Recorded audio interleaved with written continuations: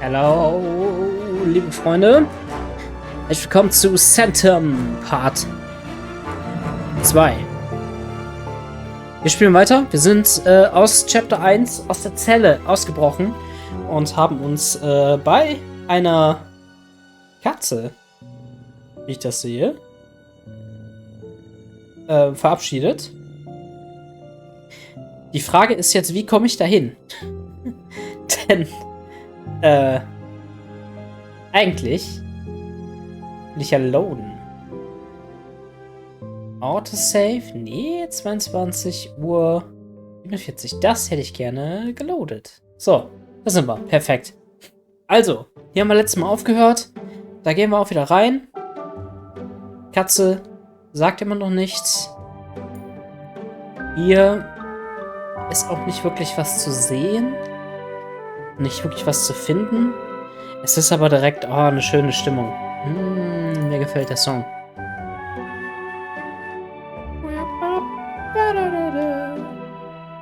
Oh, ein kleiner Stapel Bücher. Ah, wir können aufräumen. Oh. Können wir wirklich aufräumen? Nee. Wir können nur die Leiter etwas verschieben. Und damit ist jetzt... Ah, da ist mein Cube. It's your ale. It is broken right now. Ich möchte jetzt gerne einmal gucken. Was bedeutet ale? Und ist ale überhaupt die richtige Aussprache? Der König von... Achso, ist Vikings. Das Vikings-Wiki anscheinend ist... Es ist your ale. Und alles, was hier ist, findet man auch nur unter Ale.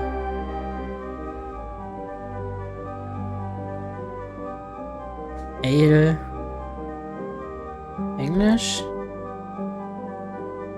Deutsch.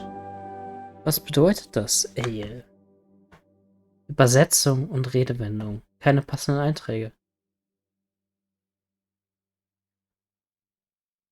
Nun.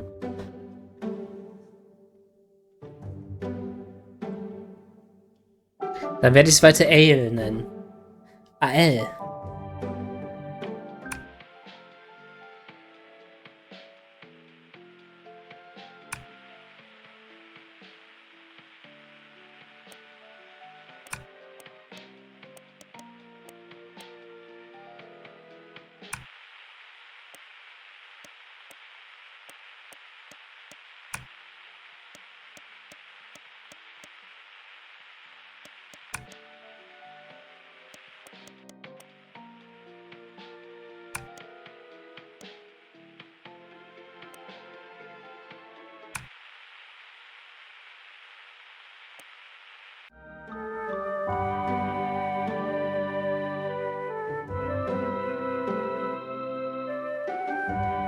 It is broken right now.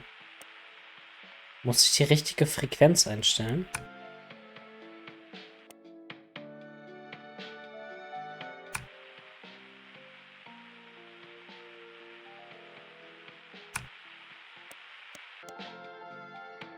Okay.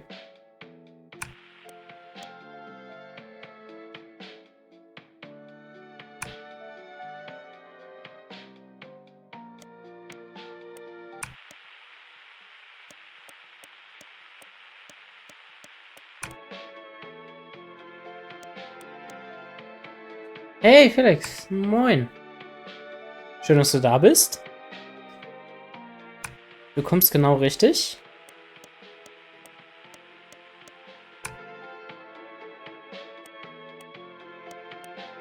Denn wir sind mitten in einem Rätsel. Ich hoffe, es geht dir gut.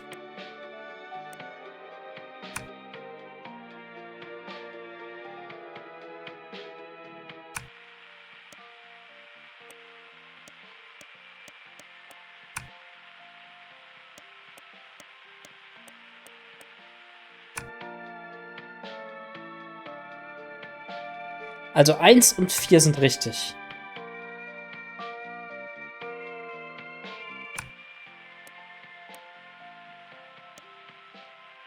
2 ist irgendwie vom Weg abgekommen. 3 ist auch wieder richtig. Okay. 4 ist richtig.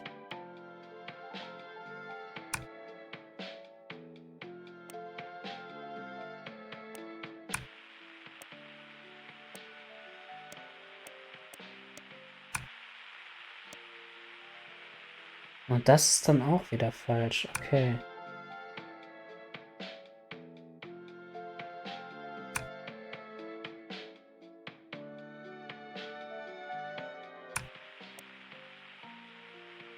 Ich muss es nochmal so probieren. Warum ist das auf einmal falsch?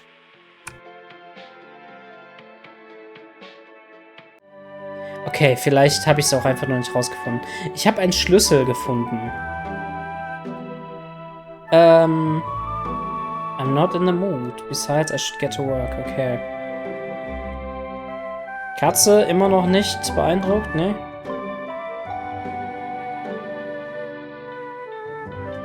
Gibt es Hinweise? Nee. Nicht, dass ich wüsste. Es gibt nur mein Ale.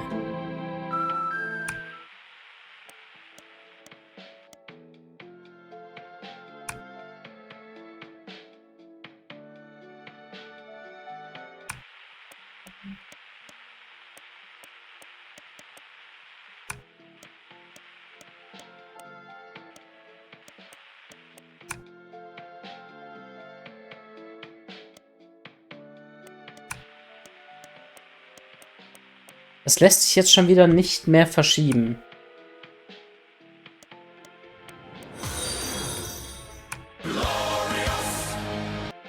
Wow, okay. Hayden Halford. Ah, you're the developer. I think, no? Huh?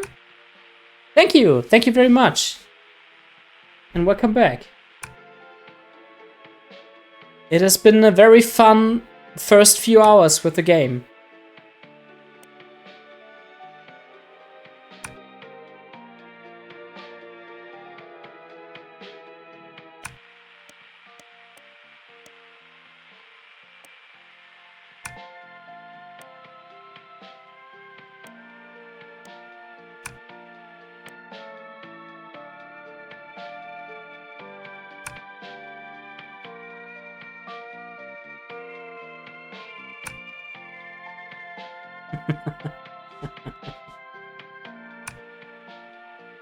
Yeah, the atmosphere is great, and I think the writing is very cool too. I like it very much.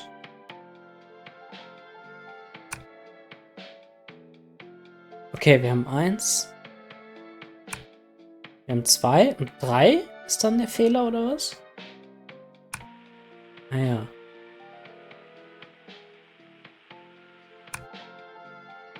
Dann ist es ja nur noch das. Dann müsste das doch jetzt richtig sein.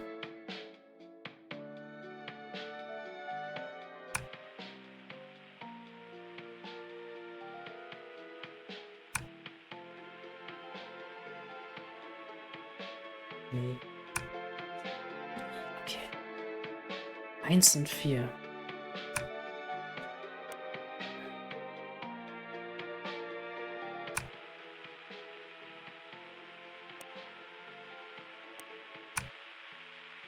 Oh, das ist ganz schlecht. Okay.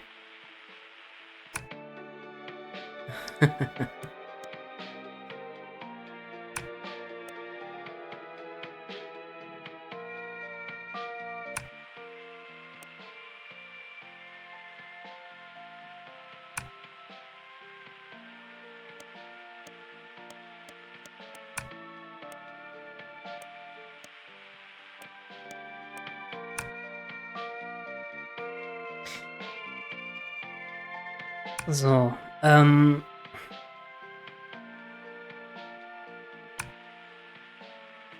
die Frage ist, gibt es hier noch irgendwelche Hinweise? Eigentlich nicht.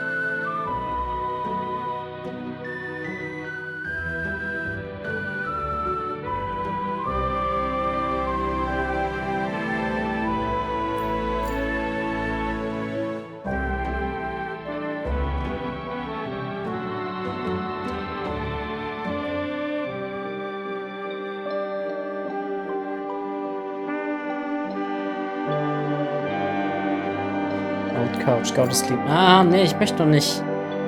Go to sleep ist... Nee. Oder? Was passiert denn, wenn wir go to sleep machen? Power naps aren't my thing. Okay. Game theory, history of religion.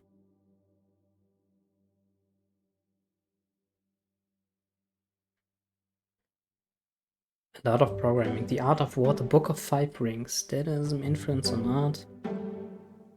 Okay. I don't want to. Okay, komm, das machen wir jetzt. Also, was kann das hier sein?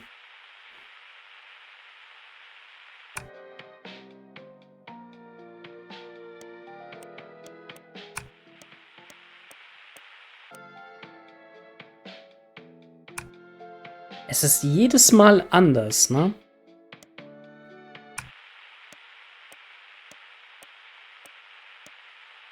Und das ändert sich aber nicht. Das ändert sich auch nicht. Muss ich schnell genug sein?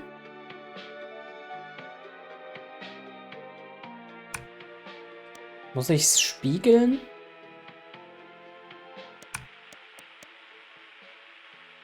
So?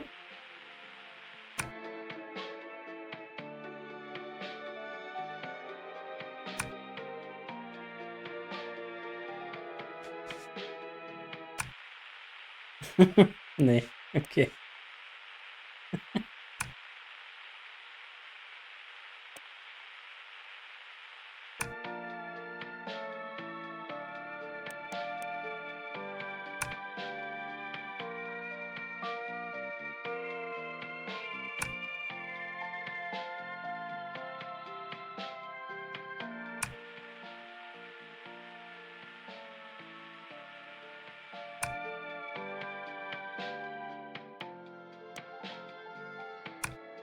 Ich muss es jetzt so ausprobieren, es geht nicht anders. Das ist jetzt auch wieder falsch. No.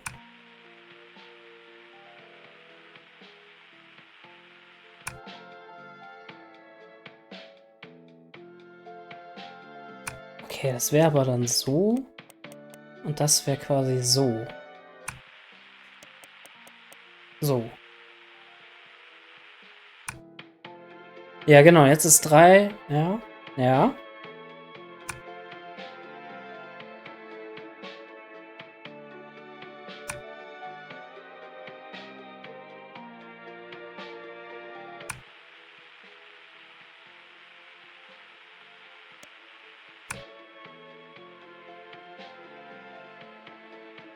Wenn ich das verschiebe, dann geht's auch wieder einen weiter. Oder?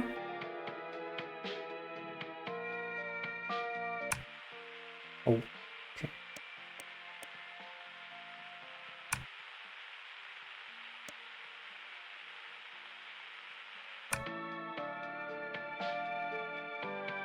Eins und 4 sind okay. 2 ist komplett aus den Fugen geraten. Das auch. Aber das hier ändert sich zum Beispiel, ne? Wenn man alles 1, 2, 3, 4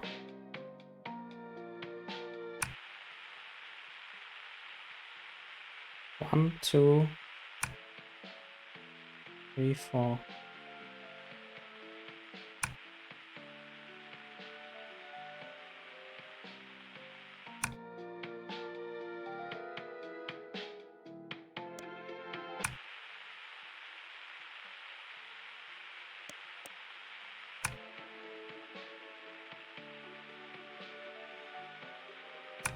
Only use the current one, das war das. Only use the current. Okay, okay.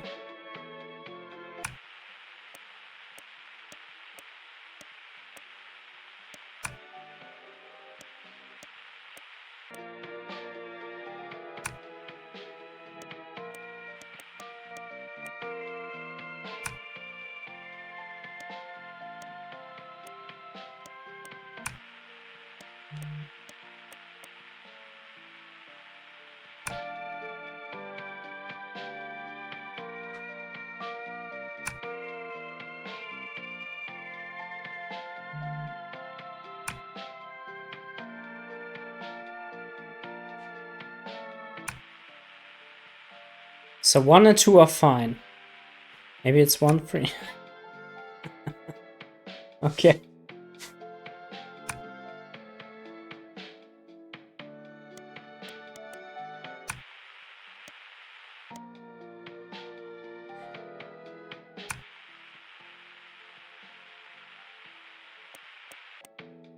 Ah, okay, okay.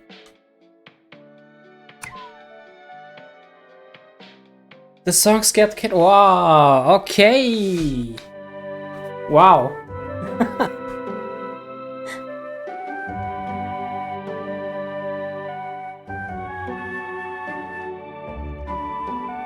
That was a lot more complicated than I thought it would be.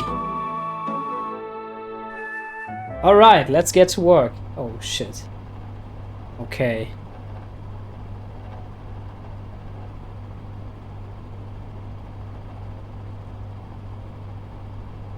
Cat? Bat? Oh, das ist nicht gut. Kann ich hier... Ah, ja. Okay, cat. I need more mirrors. 6 more mirrors will trap the cat, its myriad lives reflected. Caught by tails manifold in the corner of an eye, it won't escape, it can't. In 3 days the cat will come, in 6 it will grow tame. Offering its power to its master, the cat will make a wish come true. There were numerous speculations about its illusory nature. The illusions must be tamed too, or else the cat would cheat. They wrote a lot on that. What they didn't write about was how hard it would turn out to be. One thing to remember is that I must never ask the cat for anything. I must not sleep, I must not eat nor drink. I must not ask the cat for anything. I can get through this. Okay. Okay. Oh. Na gut. Are you okay? P? Reply? Oh.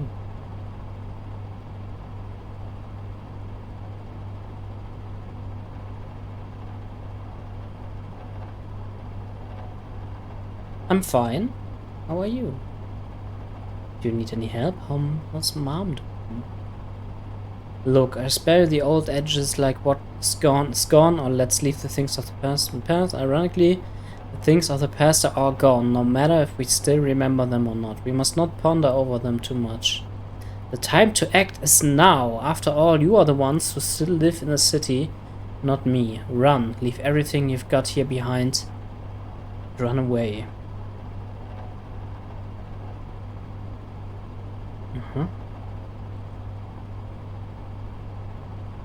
Greetings, dear sir. Embark on an epic journey to prove yourself a real hero.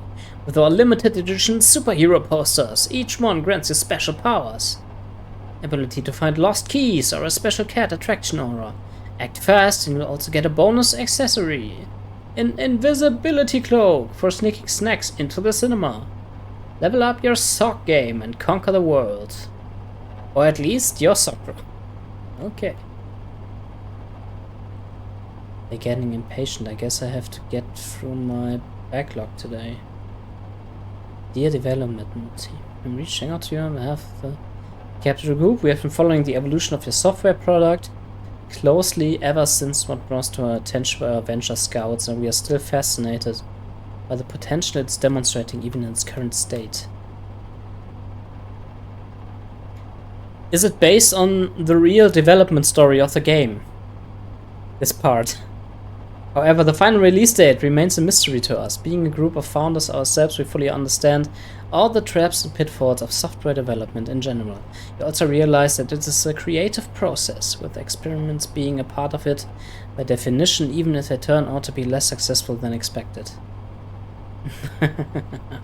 Okay, I understand. I see. Still, the stakeholder community would very much like to get a more clear ETA or at least an update on the time required to finalize the key features. We value your professionalism and appreciate all the efforts put into the development so far. Your product might become the big breakthrough the whole industry has been waiting for, and we encourage you to continue doing your best work. Thank you for your insistence on this matter in advance. We are willing to answer any questions, provide additional information. Kind regards, ZX11. Oh, Mama said. Ah, yeah. These two are making some real miracles out there. Okay, hi there. Uncle Beamkey doesn't want to let me go further. There's nothing left for you to explore out there, Tim. There is, Uncle, there is. I beat the giant level. Now we are trying to figure out what to do next. Lead beam programmer. There might be a time. There might be a co-flow. Okay, okay. Marmoset light added to workstation.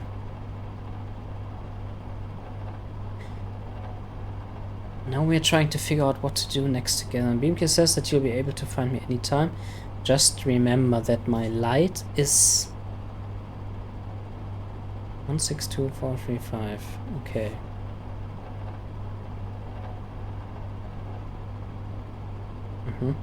I have no idea what he's talking about, but it sounds important. Mom said, aka Tim. Hey there, pal. Sorry I didn't respond for a week when I was busy. Everything as usual, see you there. Happy belated, by the way. The doomsday has not yet come. But the situation is developing quickly, so you know. Alright, farewell, old friend. See you on the other side. My cat. Calling all daring players to immerse themselves in the terrifying world of pure madness under the demon cat's rule. Would you like to feel the soft touch of evil? Of course you would. Prepare to get caught in the velvety paws of darkness. Demonic ability is skillfully wield an assortment of mysterious demonic powers to bend the world around you at will. Hell itself shall speak through your meows and paws.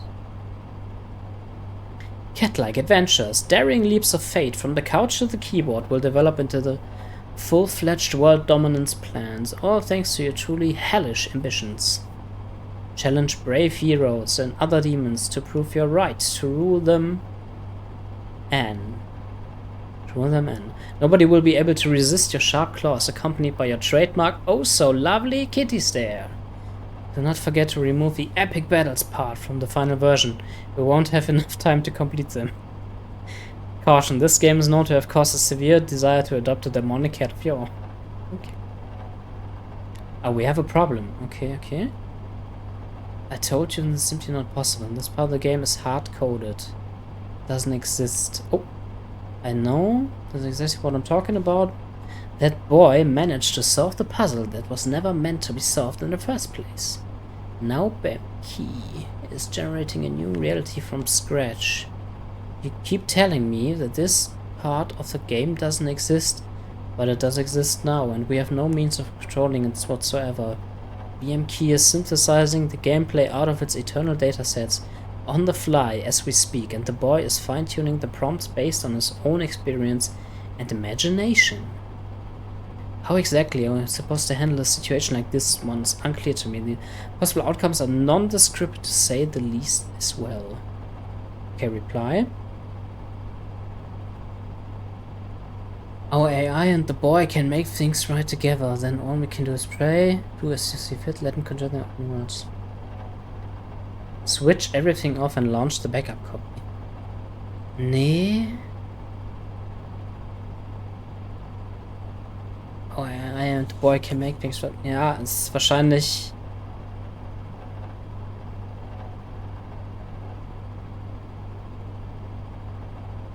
Was habe ich denn? Trade. War ich nicht Murderer? Was würde ein Murderer sagen? Let them conjure their own words. Fine, you convinced me. I still don't understand why you're freaking out so much, though. Oh, ist das die Antwort? Ja. It's high time we gave our beautiful fledgling AI some creative freedom. The removal of cognitive boundaries had been scheduled for Q4 initially, but we clearly underestimated the learning capacity of our creation. Let them keep conjuring their worlds. Something tells me that they might do their job a lot better if we won't interfere. Ui, ui, ui.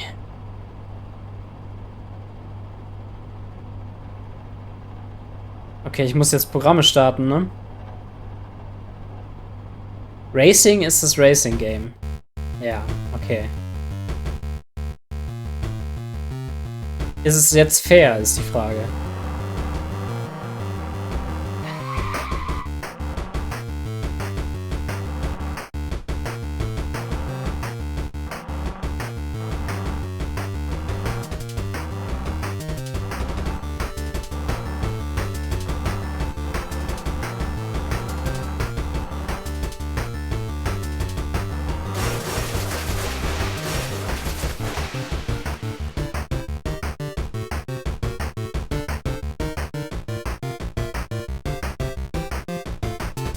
Ach so, hier ist Game Over. Na, okay, gut. Stimmt, der Marmoset. How wasn't Marmoset's letter? My light is one thing. I probably should note it somewhere, just in case. Ja, ganz genau. Ganz genau. Okay, wir waren ja jetzt auch hier, ne?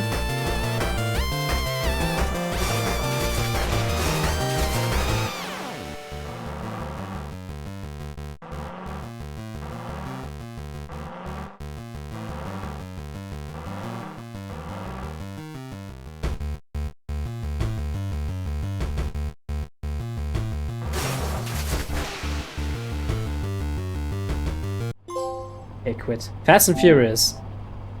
Finishing the racing game. Okay. Okay. Code. Code. Good old development environment. What do we have in our place today?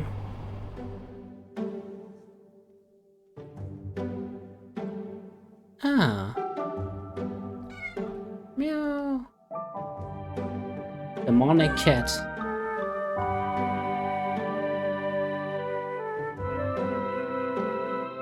Okay, wir haben ein neues Poster.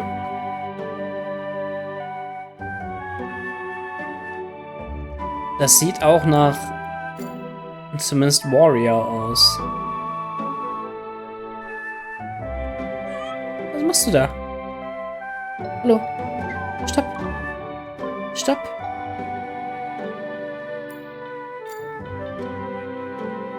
Okay, wir dürfen nicht arbeiten. Wir dürfen nicht schlafen. The cat gets nervous when I open the door. Me too, kitty, me too. Giant rat has gotten into this door once and I've been reluctant to open it ever since. Yet another one of my stupid phobias.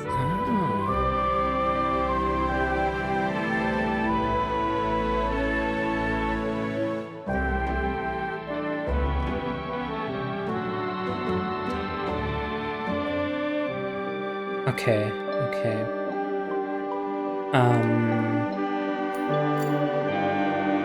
Step away. Immer noch die gleichen Bücher.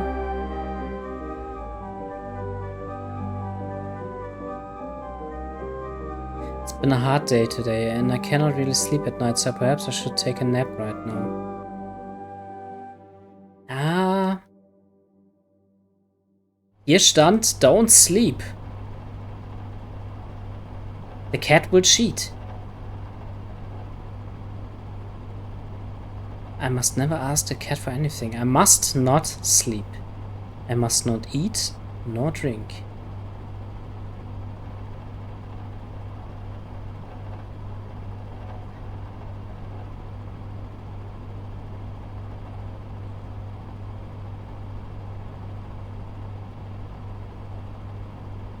Terminated. Oh nee. Quantum flow disruption in the system's kernel has caused a failure. Please reboot server for system recovery. Ah, okay. Terminated, immer noch. Dann jetzt nochmal gucken. It's getting dark already, let's call it a day. Okay, okay. Let's go to sleep.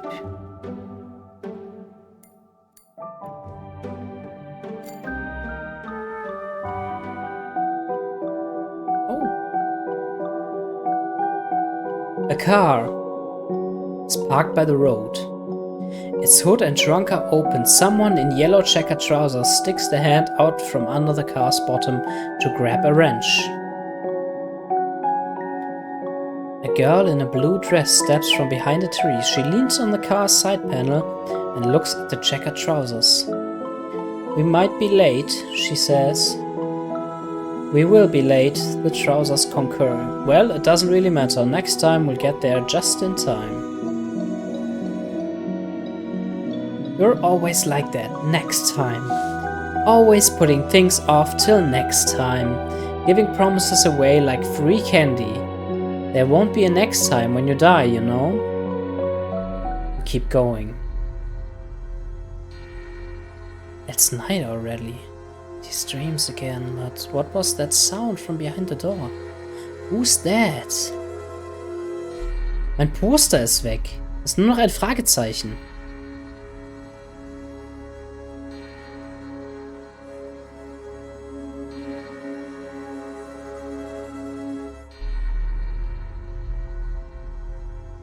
Why does the very thought of opening this door still scare me to death? Okay, ich habe keine Wahl. Let's go. Oh, okay, okay, okay.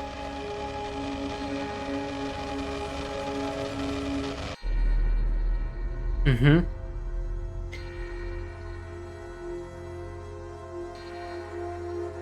Also wir sind natürlich in der Zelle. Sind überall Stühle. Das war auch das Ende von Kapitel 1. Ah, Örpel ist auch da. Hi. Mädchen, ich hoffe, es geht dir ein bisschen besser. Und du kannst ein bisschen abschalten, während ich dich mit diesen wunderbaren Klängen belustige, hoffentlich. Tim. Oder auch Mom said. The light reflects clockwise, starting from the mirror on the left. The light reflects clockwise. 1, 6, 2, 4, 3, 5. The amount of flashes. Oh, ist das nicht ein bisschen zu laut gerade? Nee, hier geht's. Kurz ein bisschen leiser.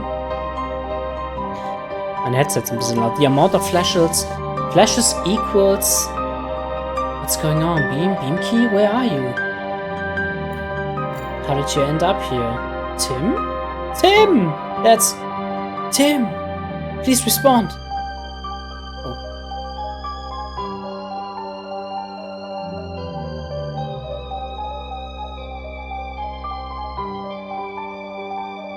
Okay, warte, clockwise hat er gesagt, ne?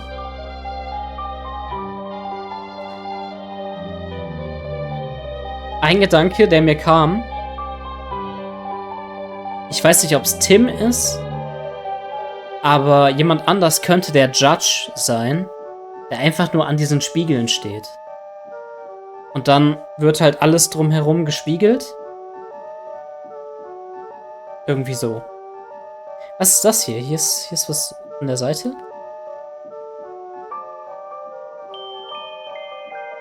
Hm? Okay. 1,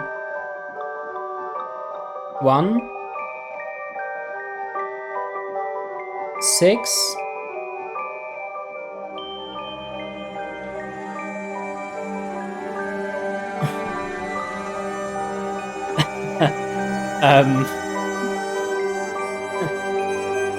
Also. Wir haben den Developer gerade im Chat. Vielleicht kann der dir die Story erklären. Also man wacht auf in einer Zelle, weiß nicht, warum man hingekommen ist. was man getan hat, um da drin zu landen. Und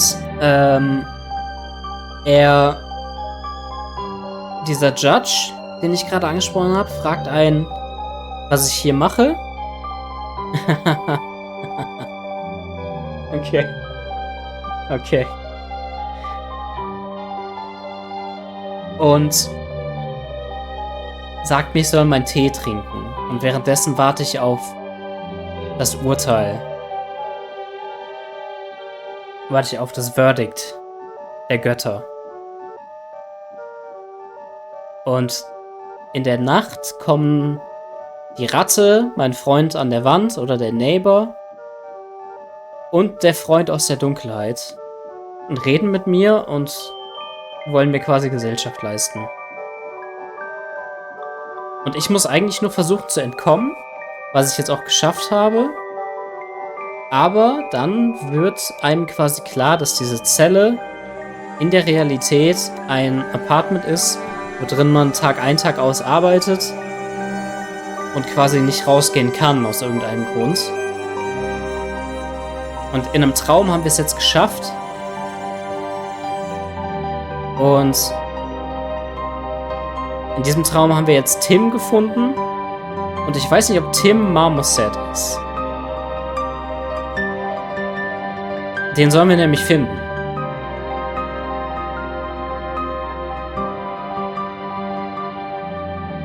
Und das ist ungefähr die Story. Okay, warte mal.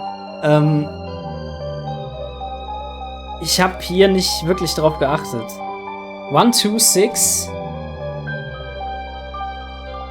Nee, 1, 6, 2.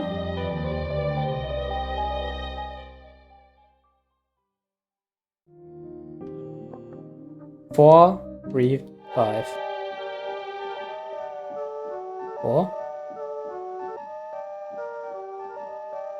4, 3, 5. Ist nicht richtig. Flashes of Light, hatte er gesagt, ne? Das war 1. Das heißt, einen weiter. Nochmal einen weiter. 3 weiter. 1, 2, 3. Oh, das war falsch rum. Ah, shit. 1. Okay. 1. 1, 2, 3. 1. Nee, das geht so nicht. Moment.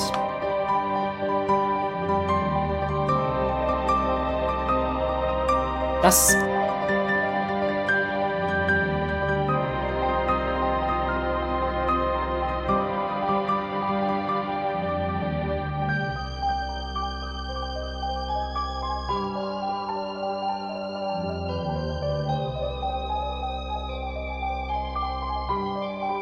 Das ist die 4, ja. Und das ist 1, 2. Das ist die 2, das ist auch richtig. Das ist die 3.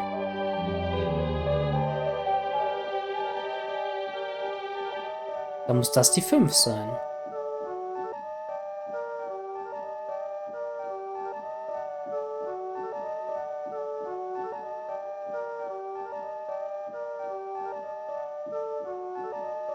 Das ist die Anzahl der Flashes. Also.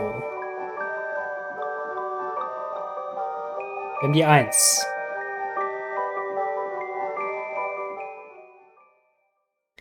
Dann die 6.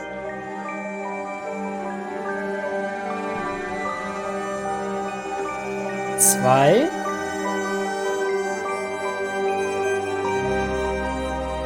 Vier.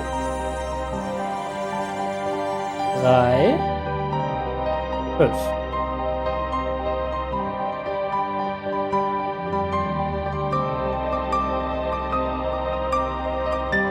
Oh, das ist die Demonic Cat. Oh, shit. Okay.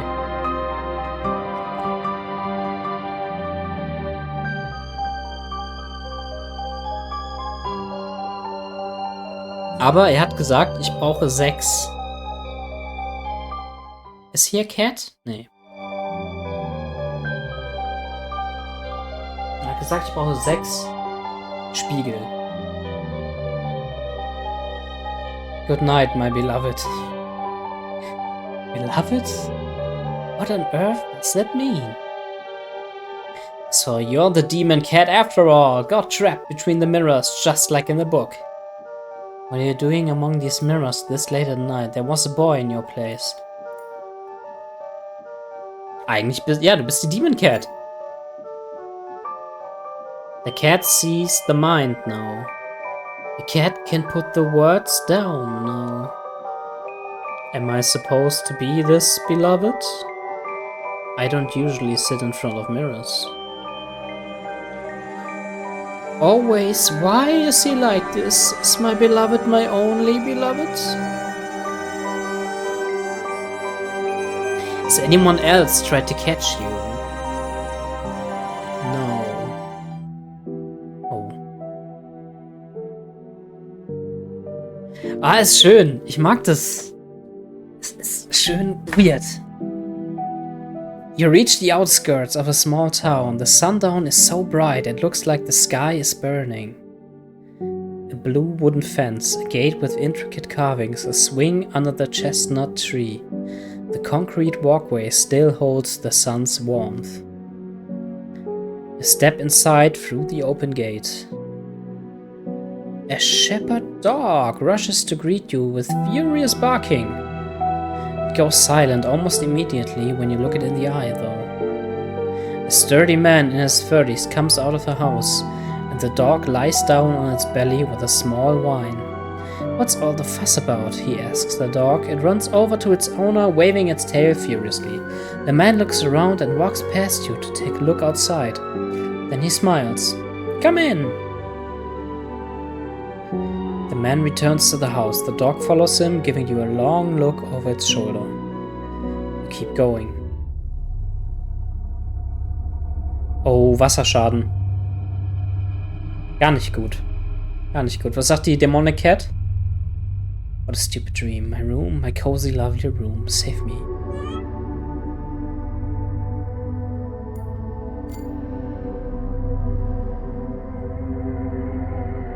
The Game Theory. Okay, das sind die ganzen Bücher. Hier ist immer noch mein Ale.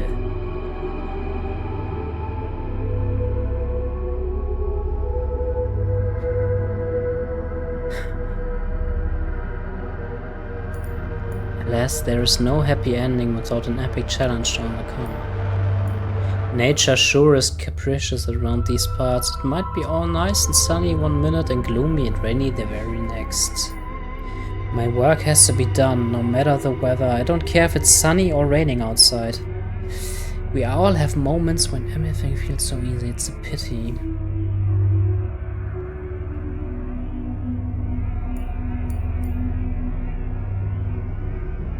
How trivial. Aha, das ist so... Das ist so depressiv.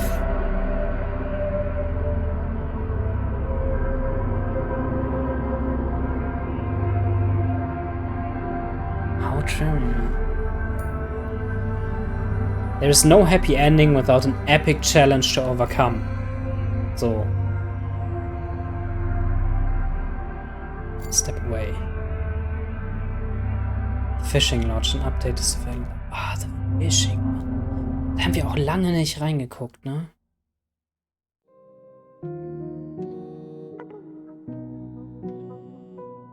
I loved the city a lot. I could not imagine ever living beyond its boundaries. There's nothing beyond it. A void. Lifeless, dry earth littered with unburied bones of the dead, getting bleached by the wind. The Black River's water is not potable, for it is dead and poisoned. At least, that was what I thought. That's what we all thought. We loved the stars, but stars do not hear us. The stars are deaf. We were deaf to the obvious too. Then the sky darkened, but that was not a problem. That was for the better, actually. You could never see the stars because of the city's light anyway. And we still had the sun that was breaking through the clouds on occasion. But even the sun cannot see us now, just like we cannot see the obvious. The sun is blind, no one gives a damn. Lies. All lies. Wie der Judge immer sagt. Okay. I don't even know what I loved about it when I was young. The buildings, the entertainment. What nonsense. Here, on the outskirts, I can see the city from the outside. It sure is beautiful, but its beauty is repulsive. The stars went deaf and the sun is blind? No need for these illusions. The stars can hear us even during the day, and the sun can see us even through the clouds. The clouds came apart and the city is bathing in sunlight. I'm sure the people are delighted. The gloomy days are finally over.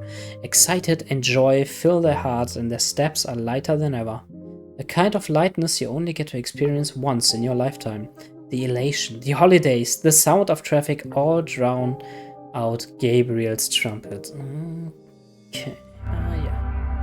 Also, irgendeine Apokalypse oder irgendein Doomsday rückt auch hier näher.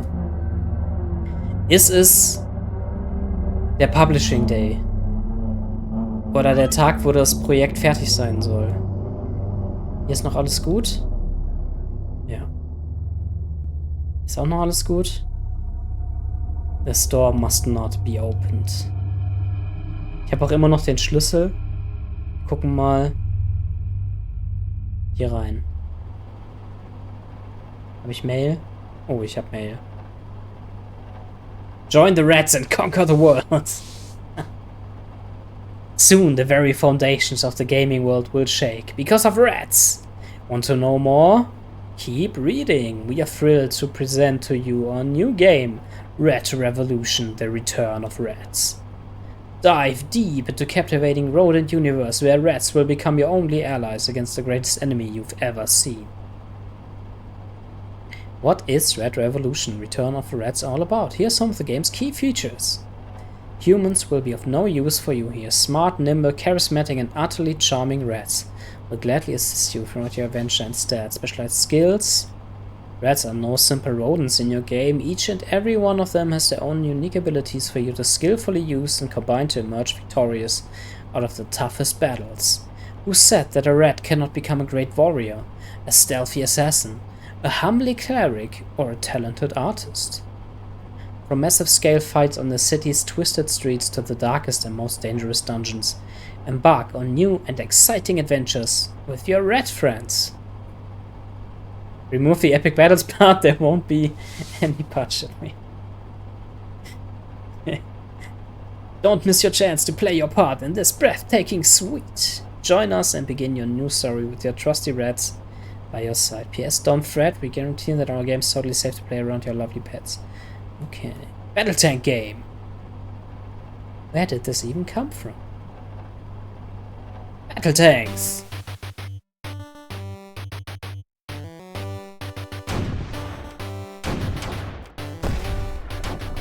Ah, okay.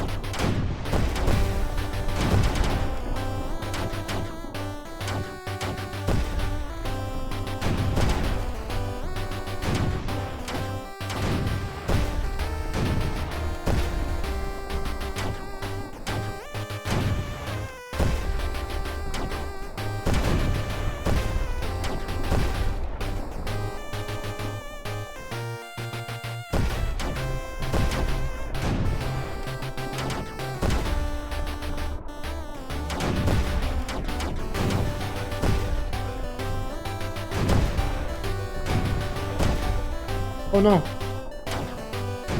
Ah!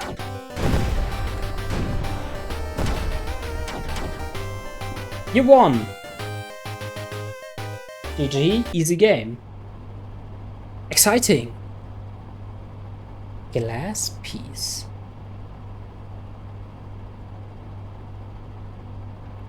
Now we can see.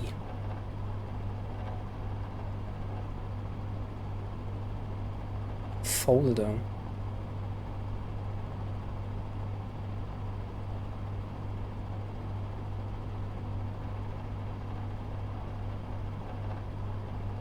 Warte mal, sind das die ganzen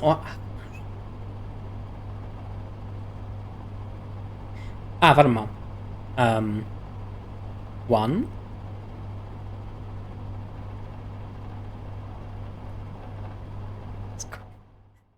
162435. 6, 2, 4. Ah. Okay, 4, 20, 60.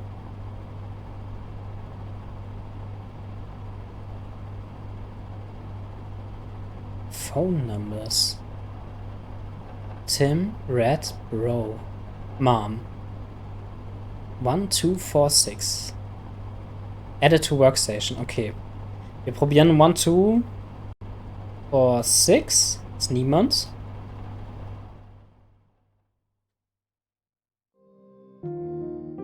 Ja, wo ist es? Ich dachte, das wurde meiner Workstation zugefügt.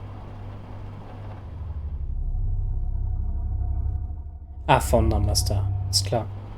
Okay, neuer Versuch. 7240. Ah, okay. I get it. 72. 4. 0. Red. 9406. 9.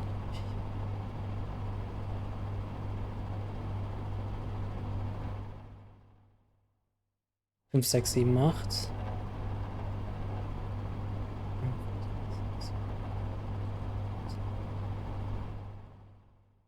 1, 3, 1, 2. 1, 3. Okay.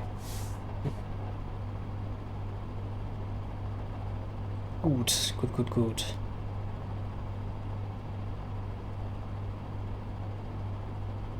Brother, please don't stir anything up. We play it by ear. Mom's anxious, but all of it will be over soon. Everything will be fine. I know your thing, exaggerating and panicking as always. I've told you 100 times, the world is not black and white. Everything will be fine. Okay, enough. This is exactly why we had that nasty fight back in the day. So let's not get at it again. I'm just happy that everything's fine. Let's talk business. I worry about Tim. What's that new game you gave him? I took a look at it and didn't get a thing, but I know why my son changed ever since he started. What? I know my son changed ever since he started playing. He's your nephew, remember? I trust you. Don't mean him any harm. Don't take the wrong way. I'm just worried about my son. Playing by ear. You're just a bunch of pathetic cowards.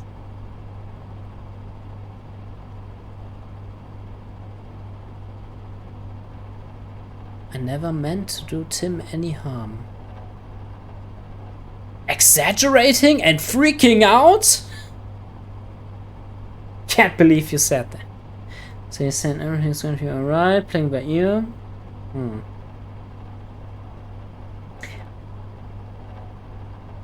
Let's see.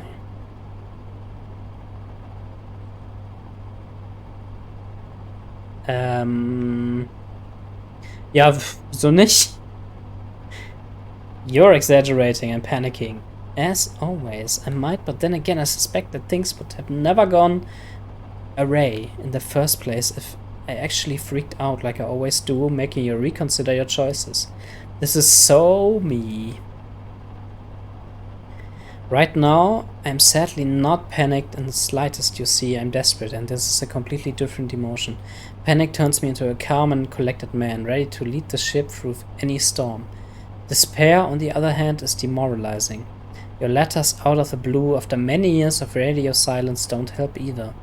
I realize that your mantra of everything will be fine helps you save face and calm yourself down. I hope it works for you better than it does for me. He's your nephew, remember? I trust you.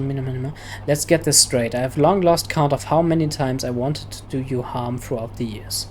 Probably almost as many as I've tried to harm myself in one way or another. To be completely frank, there were moments when I wanted to raise my hand to Mom too. But I swear that I have never had any intentions of hurting Timmy. Not even once. Computers and video games have nothing to do with this, brother. Okay.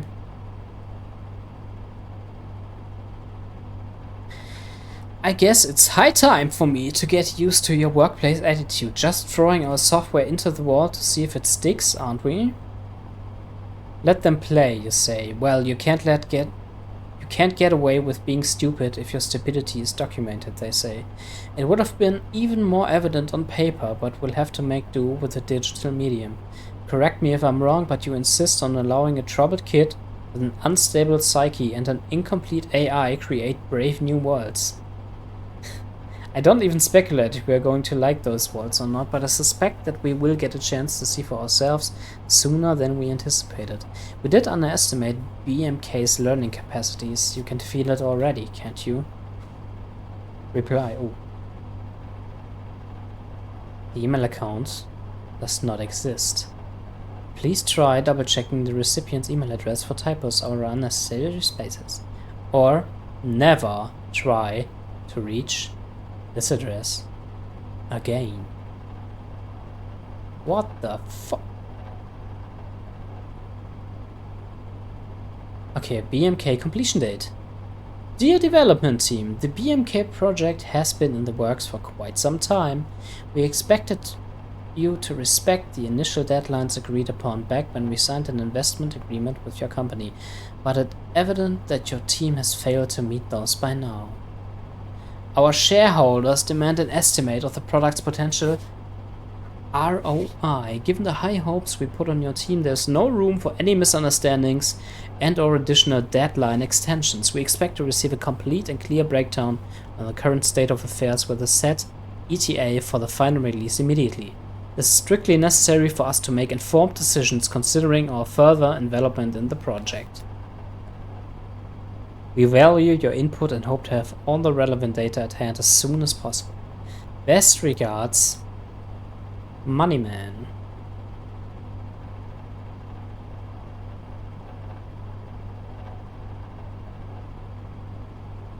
Now we can see. Okay, glass piece. Oh. Kirche der Internationalen. Ey, das ist auf Deutsch. Kirche der Internationalen. Cool. Let God consume you whole. Okay.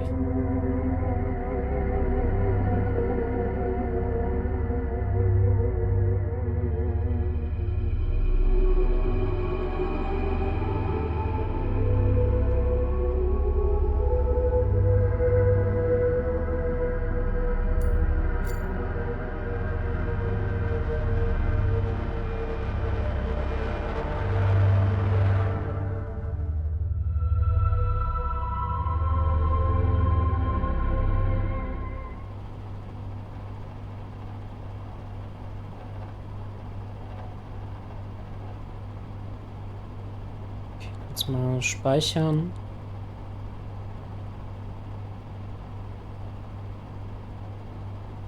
Things are getting weirder and weirder by the minute today, but I still have to finish some tasks.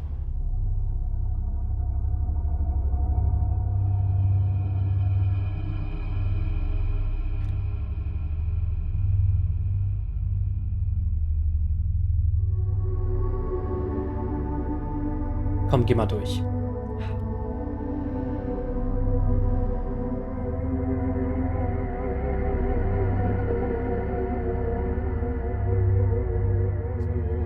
Okay, let's sleep.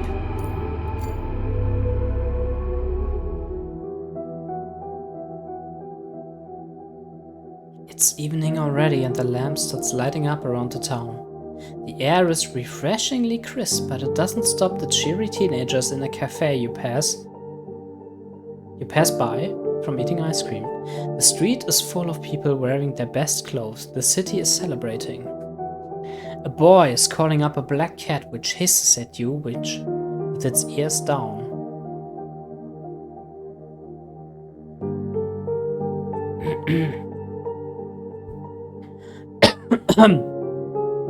You notice a couple on a bench under one of the park lamps.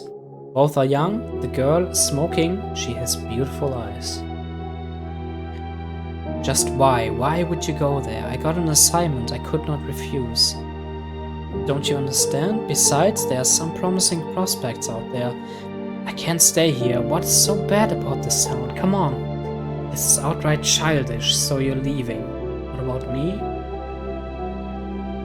You'll come with me. A boy wearing shorts with a messenger bag on his back walks past you with a spring in his step. He seems to have a dream. How can you not? What kind of person you'll be without a dream? How dare you give up your dreams? So many stars watching you in cold silence. You keep going. Und der Raum wird immer kaputter, möchte ich fast sagen. Er bricht fast über einen hinein. Mein Ale ist immer noch am Start. Okay, cool.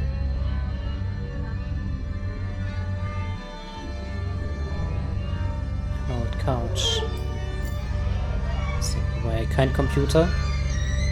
Okay, wir gehen durch die Tür, oder? Jetzt sind wir wieder.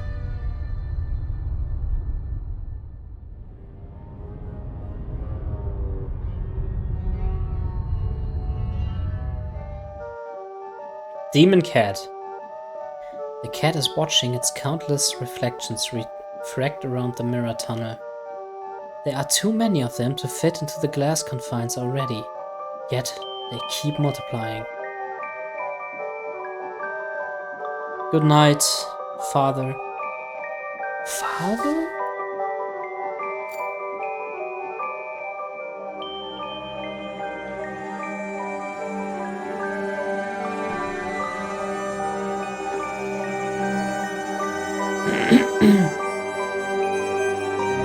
A mind is opening. The cat will find a way. The word which used to be my beloved now can be read as Vater unser. I'm not your father. You're a cat, I'm a human. You're a very strange cat.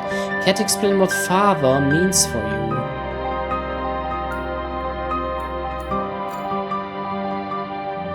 The cat is here because of Father Mine. For Father Mine's sake, on Father Mine's whim. So your father is basically a jailer to you. Such fascinating thoughts plague Father Mine's mind. He is imprisoned in his home, in his despair, in his regret. He thinks himself a jailer. Should one's father be like this? No, it is not. The cat knows your mind. I shall grant your wish tomorrow.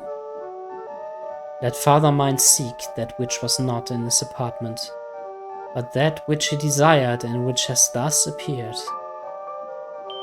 Okay, warte mal. Let Father Mine seek that which was not in his apartment, but that which he desired. Hm?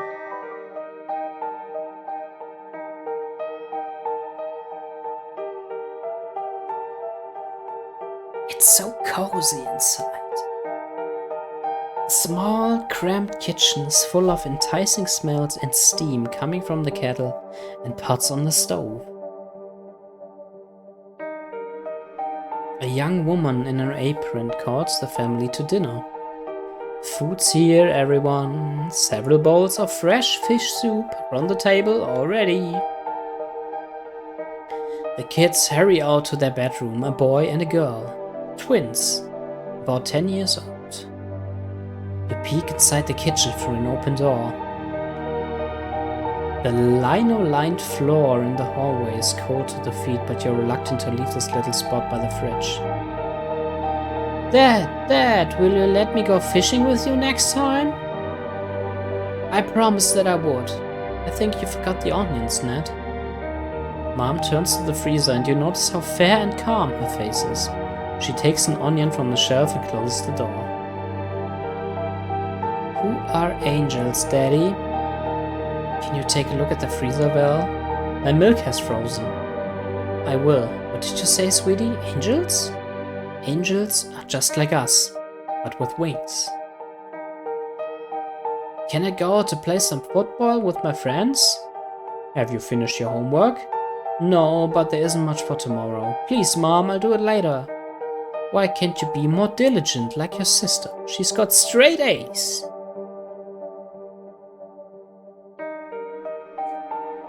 You keep going. Und wieder hier. Oh, Telefon. I hope to escape the outside world's problems, to isolate myself in my cozy room. I was wrong. The only thing left to do is keep going. And look outside the window. This is it. Oh, ist der Lichtstrahl kleiner geworden?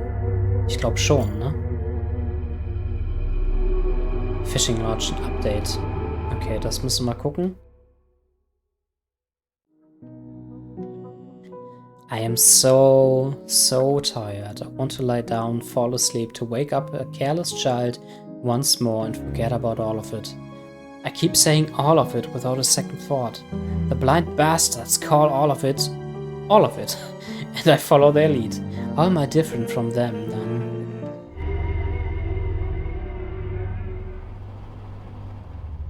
Okay, Telefon.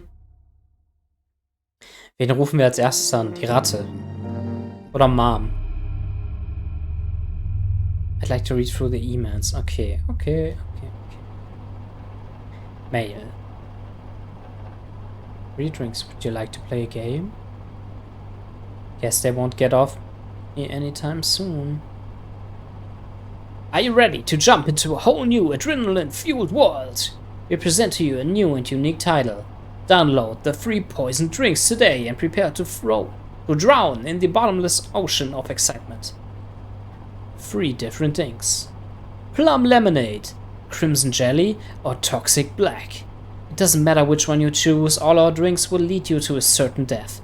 Ah, das sind die Tees, die ich auch in meiner Zelle hatte. Okay. Alles hätte mich getötet, also alles wäre falsch gewesen.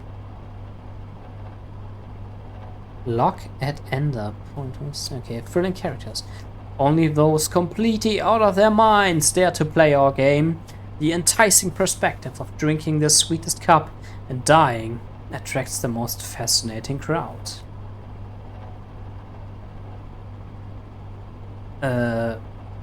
Yeah, from one-on-one arena fights to frantic skirmishes in the labyrinth-themed dungeons, epic challenges and foes await.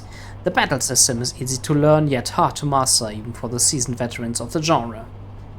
Can somebody tell the marketing people that all their promo bullshit like epic toxic battles won't make it into the game anyway? Remove this part from the letter and double check that you did, unlike the last time. Don't miss your chance to dive into this fascinating world and taste the 3 poison drinks yourself. Don't fret, all the toxic drinks depicted in the game are totally safe and even great for your health. Okay, cool. Revisiting the topics of information pacifism, media-centered Robinsonate and ideological hermitage. My dear Robinson, the very definition of information warfare is deceiving for the average citizen's mind. Our average Joe dreams of information squadrons crossing the event horizon, carpet bombings with information shells, tank spearheads conquering the information landmarks, motorized information rifle divisions, and, above all, information headquarters, where generals draw red and blue arrows on their informative maps planning their next well-informed information attack. Confidence about the strength of the impenetrable walls of your very own information bunker named Reason is one of the most evident signs of irredeemable idiocy. My dear Robinson.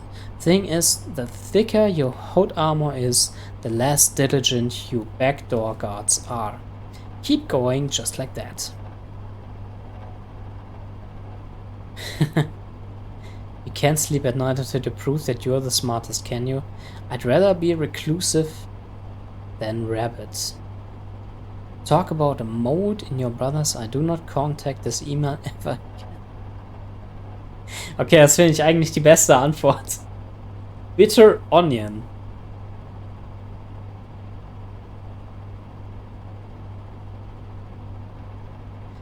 I've heard these slogans so many times that I gave up on trying to come up with additional witty responses. Now listen, I'll tell you what to do.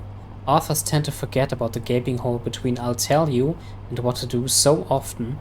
It's outright hilarious. This is so stupid. I've already had my share of things breaking all over the place and now this. Don't be a wuss. An average citizen's mind perceives the ongoing information warfare as a game of chess. If you do not touch any figures, you won't get to make a move. Likewise, if you manage to not to become one, no one would be able to move you. Any layman observer watching the gambit unfolding on the board thinks they have a right to comment on a player's choices. Some even go as far as to fancy themselves jurors, judges. Robinson, my dear friend, it is with a heavy heart that I speak to you tonight. This is not chess. The board is not black and white, and the things that move around it are stones, not figures. This is a game of Go. It is not going to affect the end result in any way if you make any move at all. You may sit still, staring at your precious computer screen all you like, but when the black surrounds you, you will have no choice but paint yourself black in turn.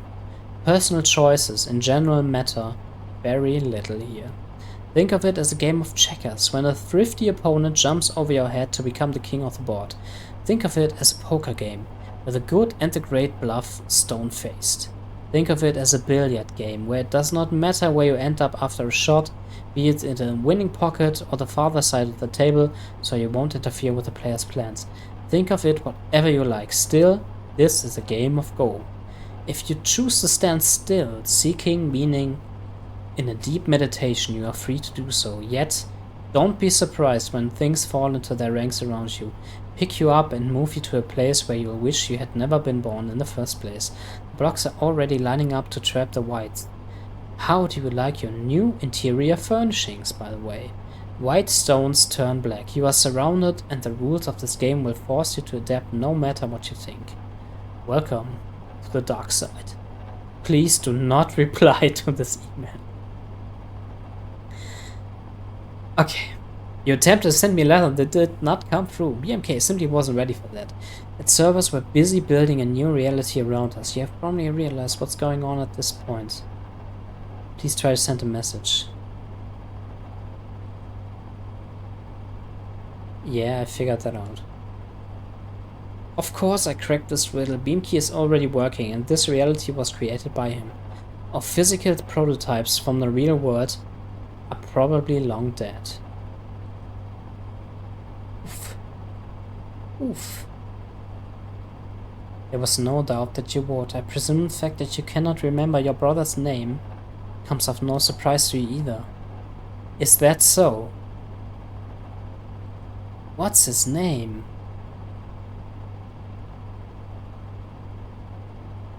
Brother. Er heißt nur Brother, ne?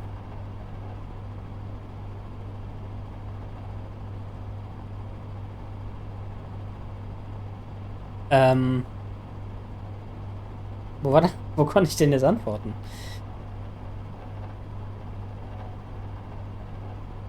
What was his name?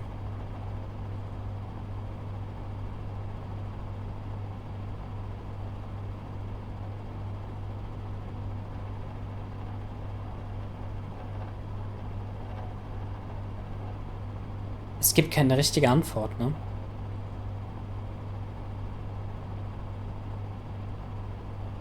Oder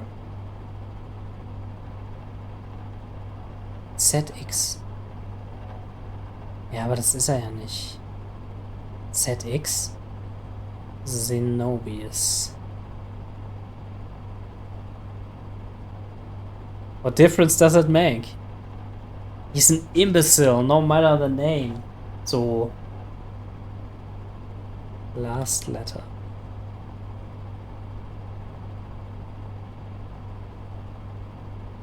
Don't bother making any choice. This is a shell game where all shells are equally empty. Not only you can't remember his name, but you have never known it in the first place.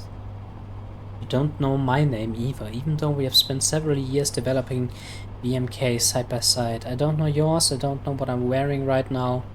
How tall am I? The color of my own eyes. I suppose you have no idea as well. I don't even know. What are we?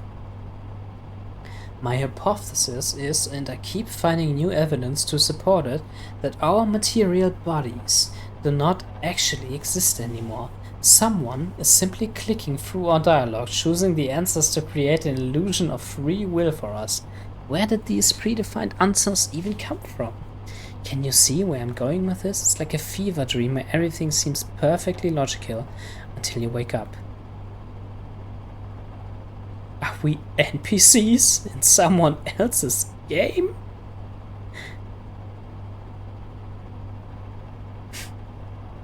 BMK was initially designed as a kids-facing AI meant to entertain and guide our little ones. Before we started developing undocumented features, it was your idea. There's no better form of entertainment for kids than a video game. What a strange game! Well, you're not a child, or at least I hope that you aren't. I'm confident that BMK simulations look and feel completely different for Timothy than they do for us. And Nebuchadnezzar said unto them, I have dreamt a dream, and my spirit was troubled to know the dream. Daniel 2:3. What were we talking about anyway? How do we wake up?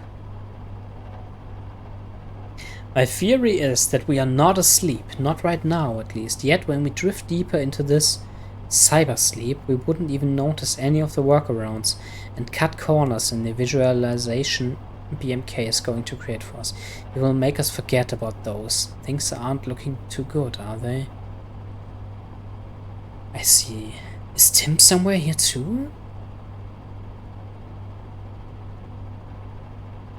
I'm afraid this is the case. The marmoset login is present in the database and it's active right now. One thing we need to know about him is this. Did he wake up as an empty shell for an external operator to manipulate, or is he something... Sorry, someone else. Someone more significant than that.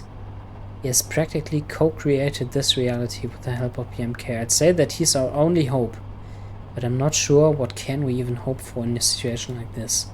I must contact him. Funny as this is, but it's highly unlikely that you remember his email address either. BMK is creating an isolated virtual utopia for the two of us. I need to find him. Where did the cat come from? A cat? What's with the cat? A demon cat! A demonic cat lives in my apartment rent-free. I managed to trap it inside a mirror tunnel. This does not surprise me at this stage as well. I bet you didn't remember putting up the mirrors to catch the cat either. Have you noticed any other strange things? Strange things happen all the time. My apartment's getting more unwelcoming. Yeah!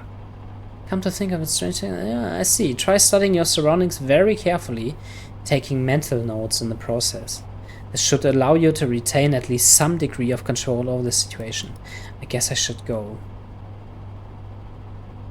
Okay. Interessant. Alles interessant. Wir spielen Giant Drink noch.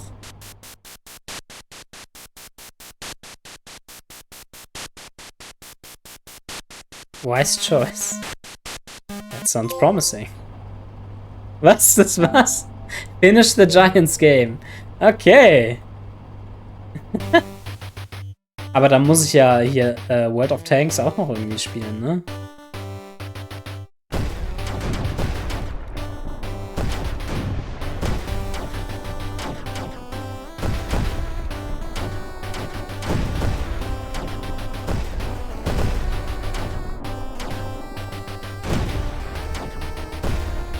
Scheiße.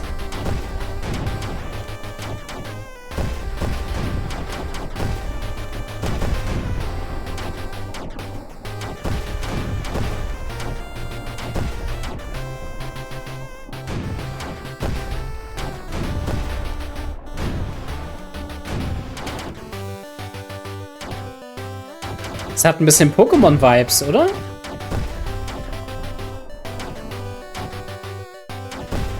Du bist gerade in Kanto aufgebrochen. Hast das erste Taubsi besiegt. Ein Radfratz steht dir im Weg. Und eigentlich willst du es nur fangen mit dem Pokéball, den dir Professor Eich mitgegeben hat. Ey, wir spielen das nochmal.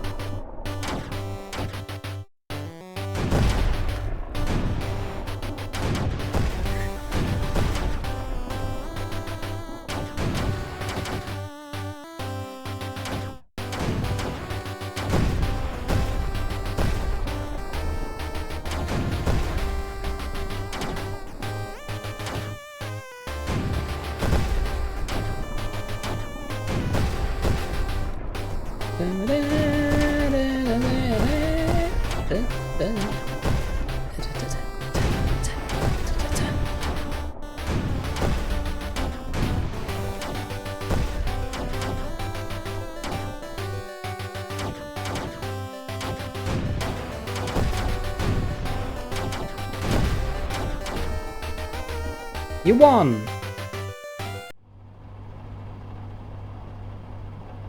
Keine Trophäe? Nein? Okay, das ist das Level wieder, ne? Okay, dann muss ich jetzt einfach sterben.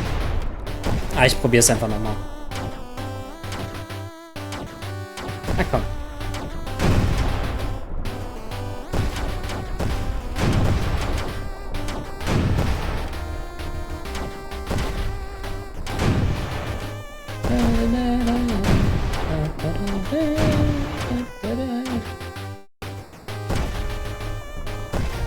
Hey! Das war ja gemein.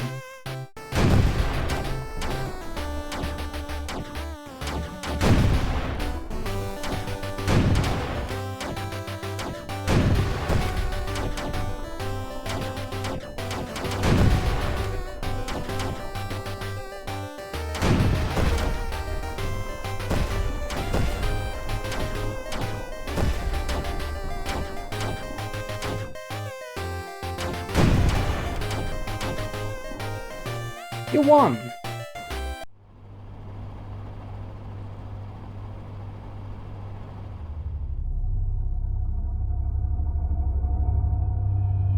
Can see now. Ich dachte wegen dem Glas, aber...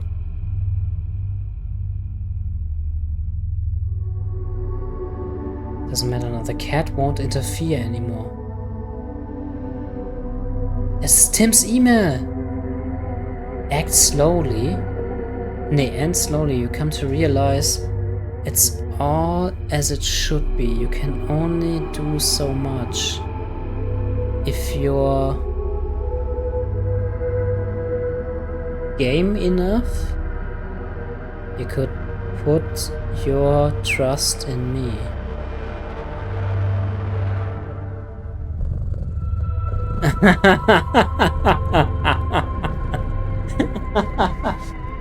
Okay.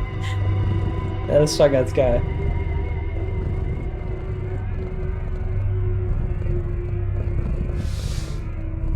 The dial is stuck. The digits are in a wrong order.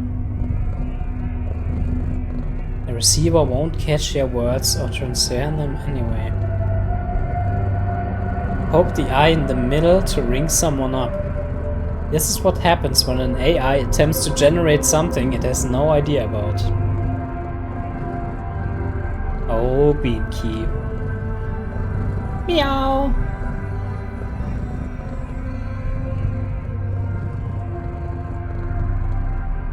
Also, mir wurde ja gesagt, man darf der Katze nicht trauen. Können wir jetzt trotzdem mal anrufen?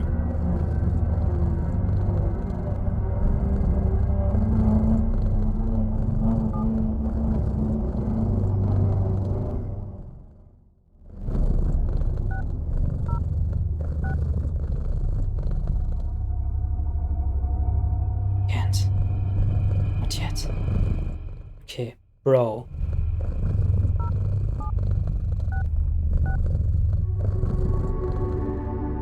I hope you can hear me somehow, brother. It's such a shame nothing went as we expected. Blood is thicker than water, and our family ties shall remain intact no matter what. Still, what is said and done cannot be undone. Each one of us faced their own choice. I made my own a long time ago. Don't worry, I'll help Tim get out of this place. I would very much like not to see you ever again, though, not even for his sake. He doesn't really like you either, by the way. Sorry for the truth bomb. For some reason I have an uncontrollable urge to hurt and offend you as much as possible.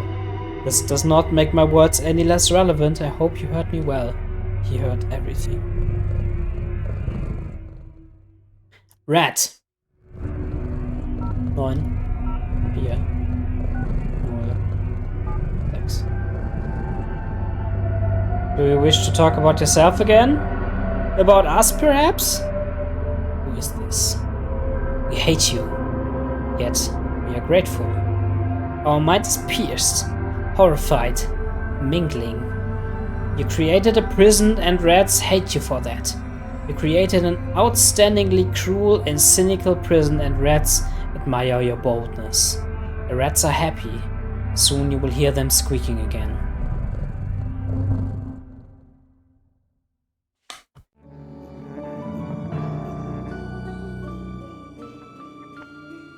Wer sind die Rats?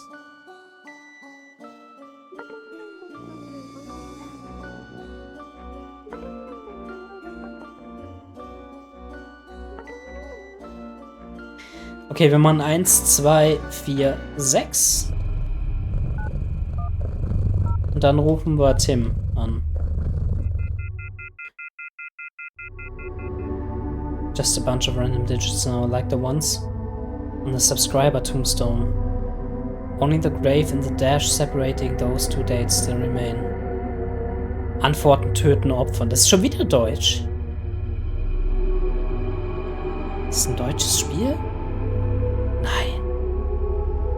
The subscriber is never going to pick up the phone again. The subscriber is gone.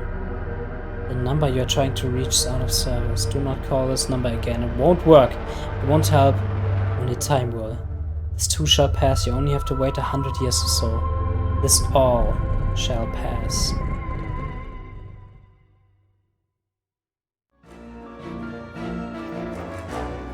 Also Tim ist das.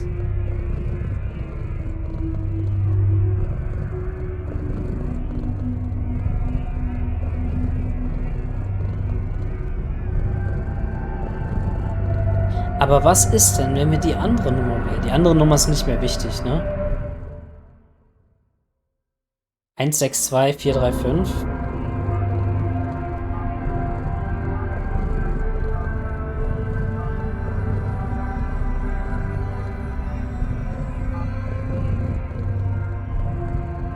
Okay.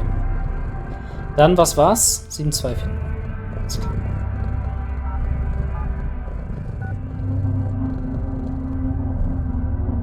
Hello?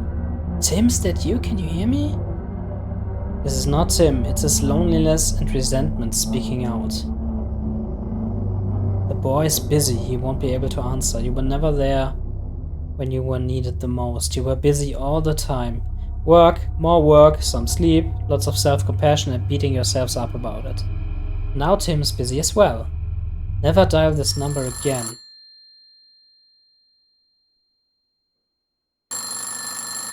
Pick up the phone. Oh, die Mutter. Hello? Can you hear me? Hello? Yes, I can hear you. Hi, Mom.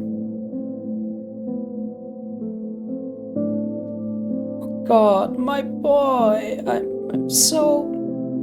Mom, don't cry. It's going to be alright. I'm sorry. Yes. Got it together now. How are you? How is... all of it? Life is a struggle. Same old. Life is a struggle, and for now I keep struggling. Did you manage to leave in time? We did. I can't believe how long it's been since I last heard your voice. If you decided to leave, come join us. We are... Listen, Mom. Wait. I know I was stubborn and obnoxious. I always argued with everyone, hated making mistakes. Making mistakes is quite unpleasant. And so I kept certain things from you. And I'm sorry you never asked. I acted illogically and irrationally. My impulsive nature was the reason we fought so often. I'd always been a sharp-tongued bastard who only cared about his own problems, never noticed yours. I was unpredictable and inconstant.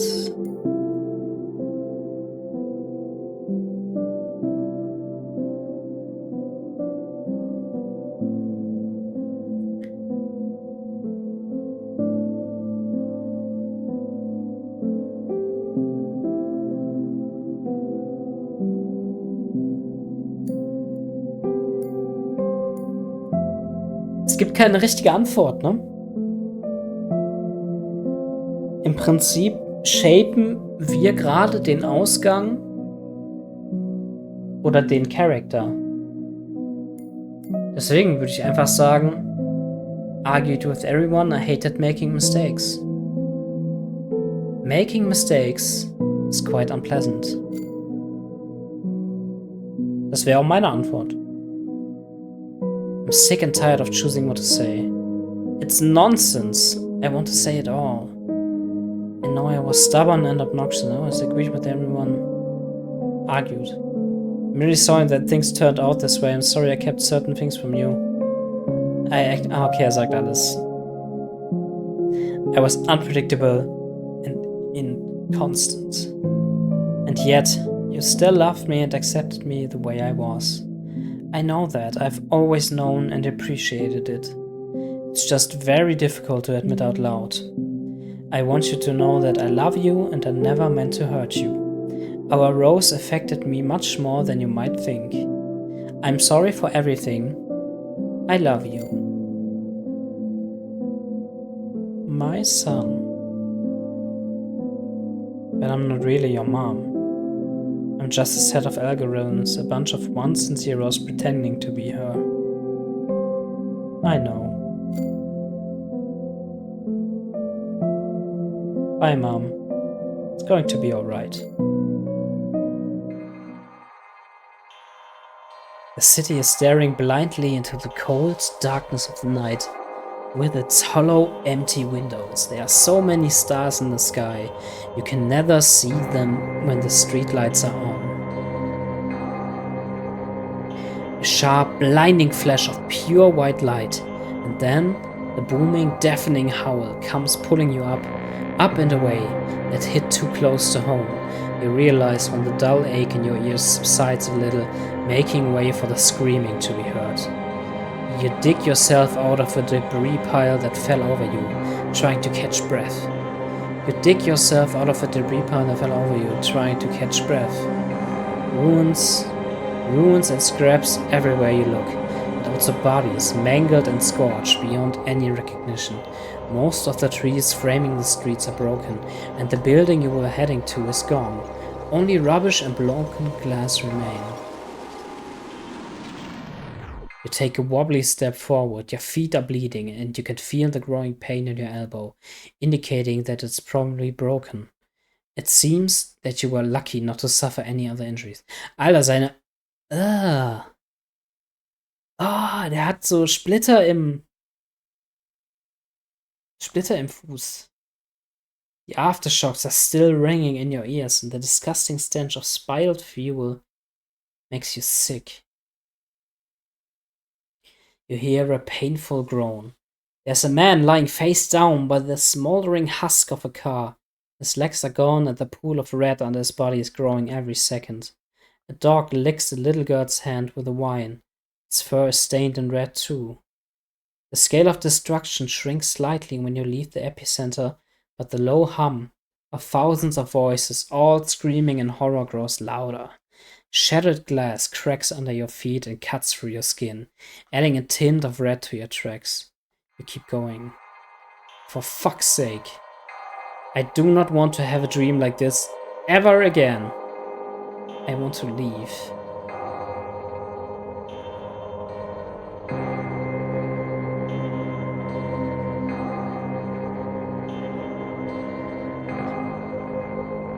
Ich muss mal ganz kurz was nachgucken. Aus dem Ganzen noch was...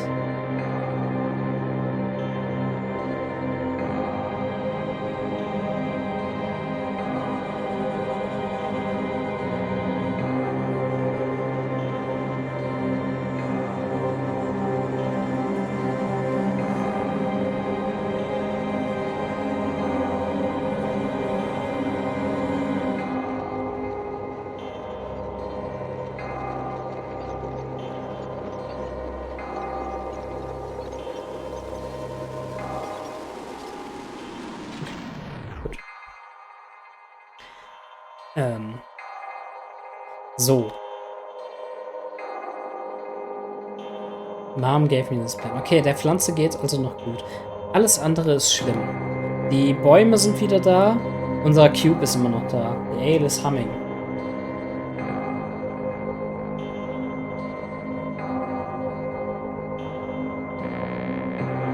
Wir können nicht mehr nach draußen gucken.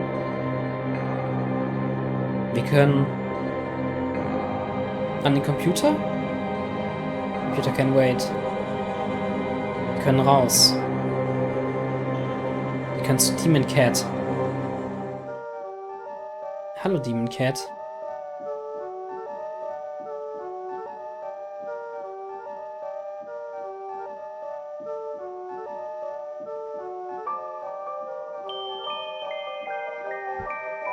Hello Dad.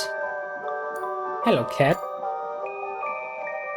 Please tell me, Dad, why does everyone always want to escape this place?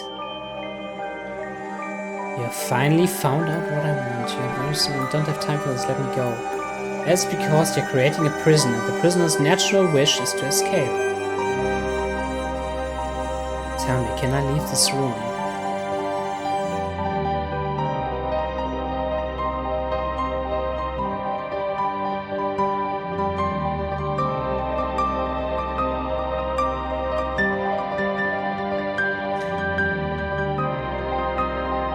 Die Katze ist wahrscheinlich auch einfach, also alles ist Teil dieser AI. Muss ich die Katze überreden, dass es besser ist, die Leute nicht einzusperren? Weil die leiden ja, ne, aufgrund des Development Processes und so. Und weil die andere Probleme haben, deswegen sperrt sie wahrscheinlich weg. Muss ich ihr klar machen, dass das dazugehört? Ich würde einfach sagen, ich sag ihr das mal, you're a prisoner. Of course, but first we must play a very simple game. We've played it already and it was fun. Besides, why would you leave? You seem quite content until your insufferable assistant started sending you letters. You're a very strange cat. I am who I am. You've made me this way, Dad. You finally found out what I want. You've always been the most difficult one. It was easy with Tim and even easier with Valerie.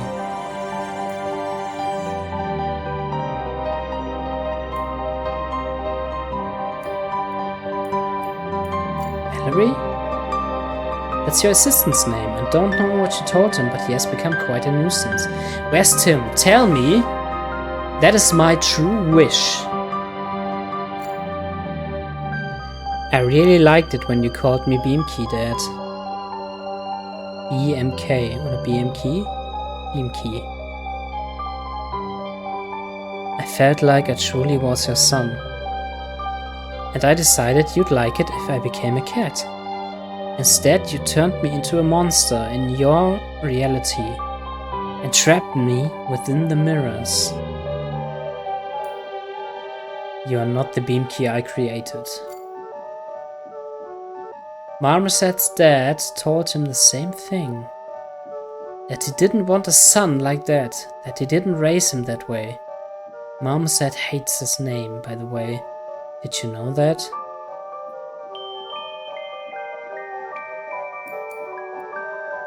I only know what you've allowed me to know. Perhaps. And yet, he calls himself Marmoset. And you've always called him Tim. Nonsense! This is a zero-sum game. First I created you, and now you created me in turn. And you did quite a lousy job, Sonny.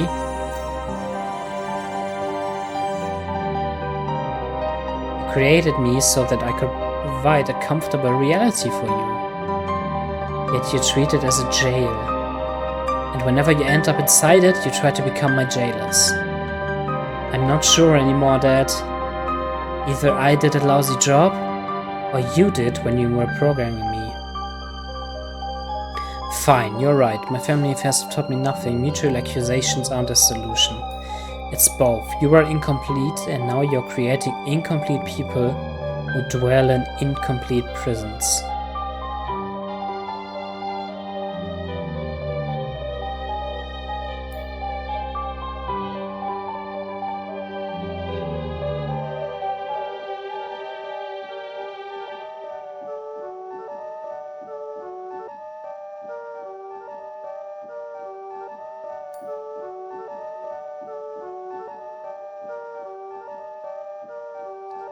Ist das ein Kommentar auf AI-generierte Videospiele? Oder generell AI-generierte Kunst? Wahrscheinlich schon. I see. I'm sorry for disappointing you, Dad. Tell me the truth. Do you want to leave?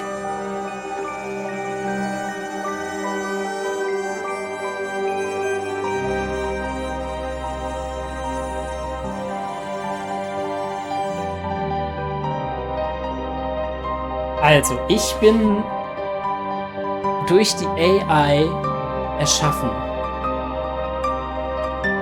Dadurch bin ich ein Incomplete Human.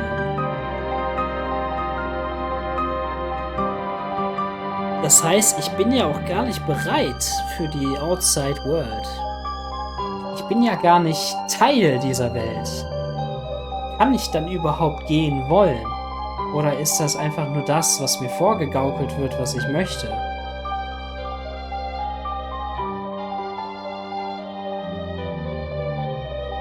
Und was mache ich dann, wenn ich frei bin? Will ich nicht Timmy retten? I don't care ist ja egal. I don't care is nonsense. Yes ist die einzige Antwort. No?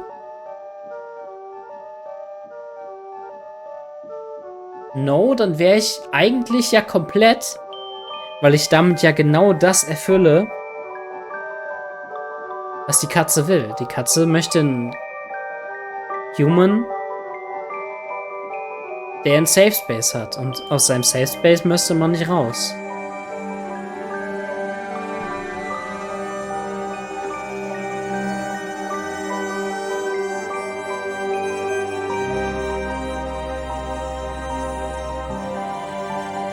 Ich sage yes. Oder sag ich no?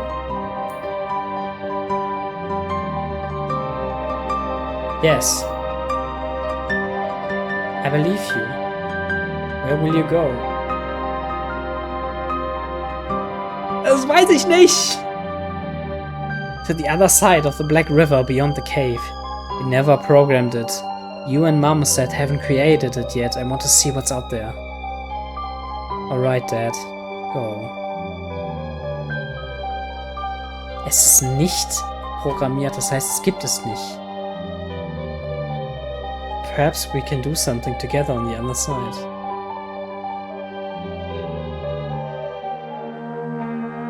You are dead. Come on.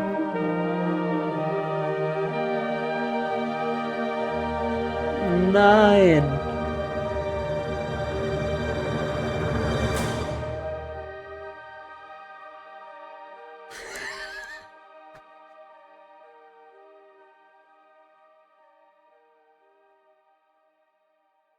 Was?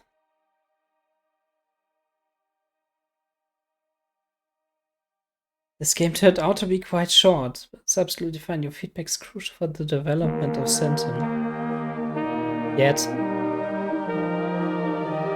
would you like to leave the game?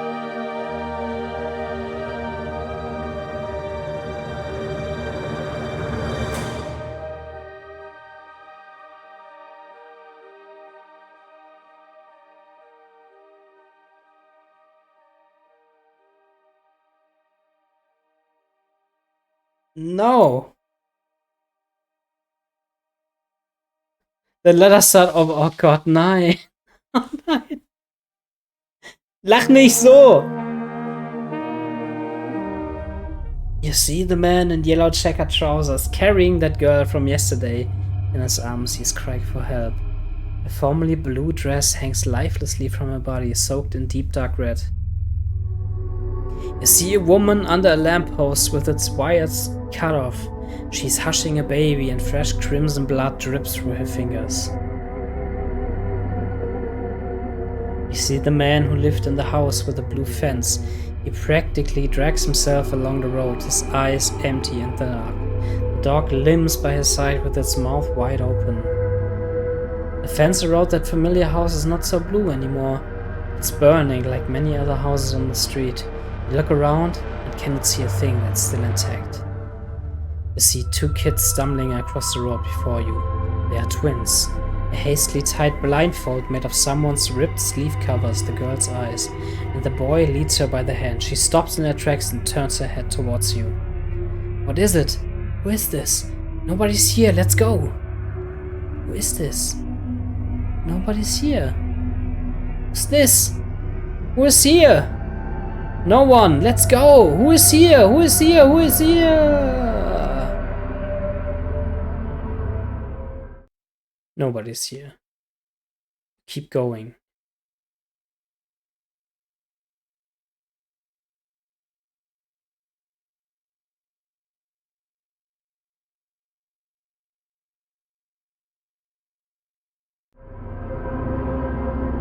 AI, let's play a game.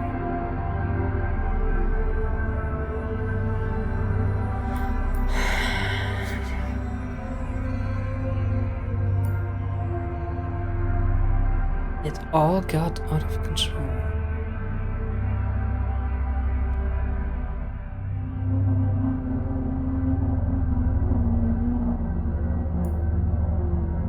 Let's play. Great! The goal is very simple. Help, Mom said, escape. Didn't you want him keep him locked in here forever?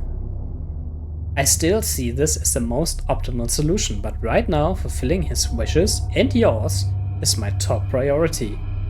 Is this real or is it just a game?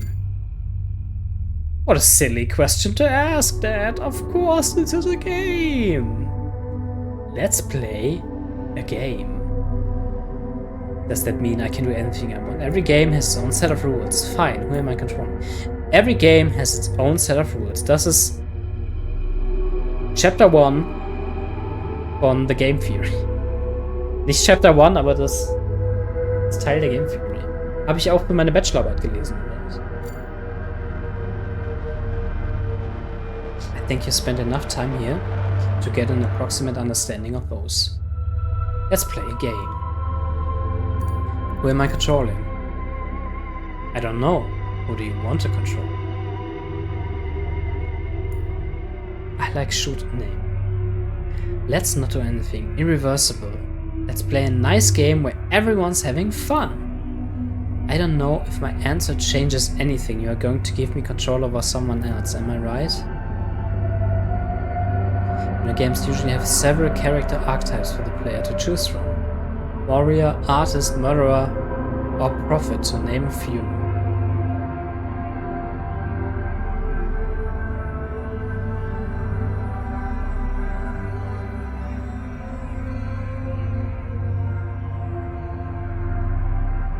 Programmiere ich gerade mit der AI das Spiel, was ich die ganze Zeit schon spiele und was ich quasi in der Zelle spiele.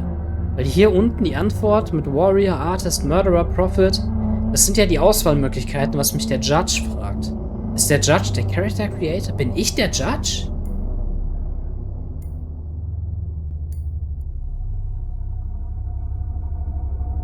Nein, das kann ja nicht. A reverse. Let's play a nice game where everyone's having fun.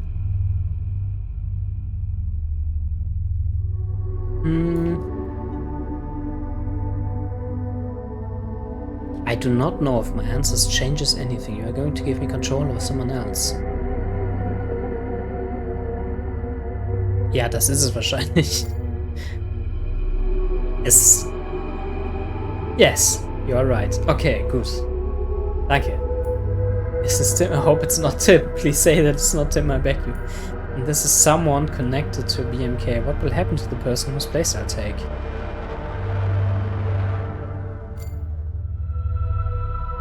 You're calling me BMK again.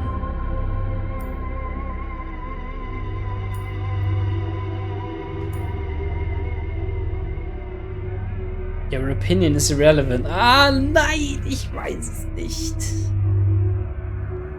No, of course you're BMK to me. BMK is simply the name of your programming protocol. I call you by your name. All the BMK nonsense childish. I'm not going to for this illusion of false empathy. Okay, das ist jetzt die Frage. Gehen wir voll auf Logik? Oder versuchen wir uns bei der AI einzustellen? Aber die Katze war ja auch AI und die Katze cheatet. Die Katze betrügt.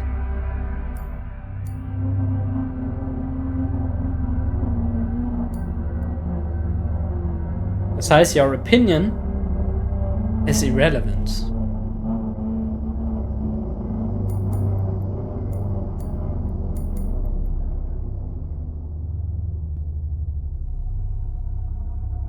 Das mit Nonsense, das ist schon wieder eine Wertung. Das ist die logische Antwort. Right. Right now.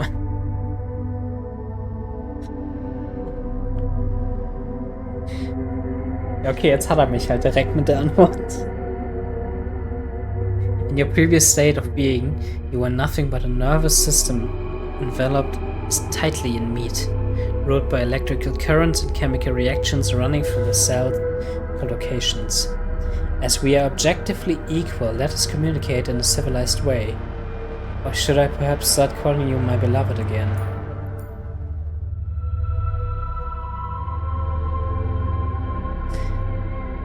Er ist ein ganz schönes Arschloch, ne? Ich bin nicht schlau genug, um ihm mit logisch zu kommen. Dann nenne ich dich halt Beamkey. Ja? I'm not offended. There are no such reactions in my set of rules. My program only allows me to do what is right. Yes, you are right. So what will happen to the person? The character you shall manipulate is going to disappear. That is true. Not much is left of them at the moment anyway. You are programmed to support the integrity of any digitized individual's character profile entrusted to you. How could you just allow it to disintegrate so easily? I did not initiate the process, Dad. I'm trying to save anyone I can. Let's play a game. Oh, ist es Tim? Der die ganzen Leute löscht? Oh, ich glaube, Tim wurde beeinflusst von der AI und ist jetzt derjenige, der diese Welten erschafft oder macht. Fine. Okay.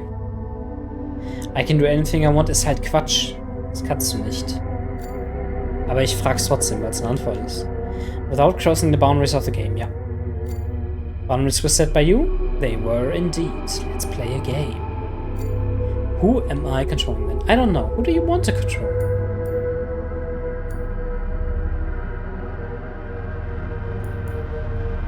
Let's play a nice game where everyone's... Nee, you know, games usually have several character types.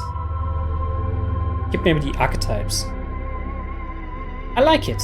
Which one of these four would you like to play as?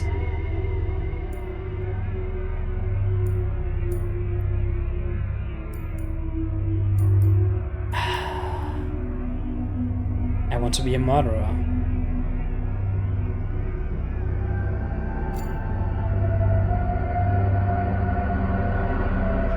I'm afraid it's too late for that, Dad. You've already been spotted. I will take your request into account. It doesn't matter if they did. A true rogue always has some escape room tricks up his sleeve. Isn't it the key principle of any game? We only kill pixels here so nobody actually gets hurt. I have no doubt that you will find your way out, but your main goal is to help Mumstead escape. If you say so, then so be it. Are you ready to begin?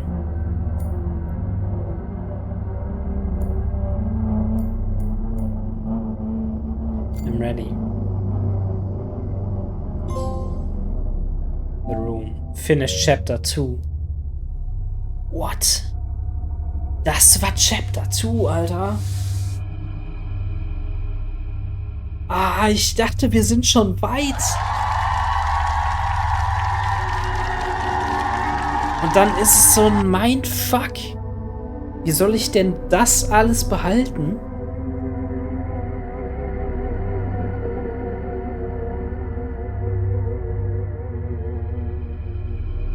To A.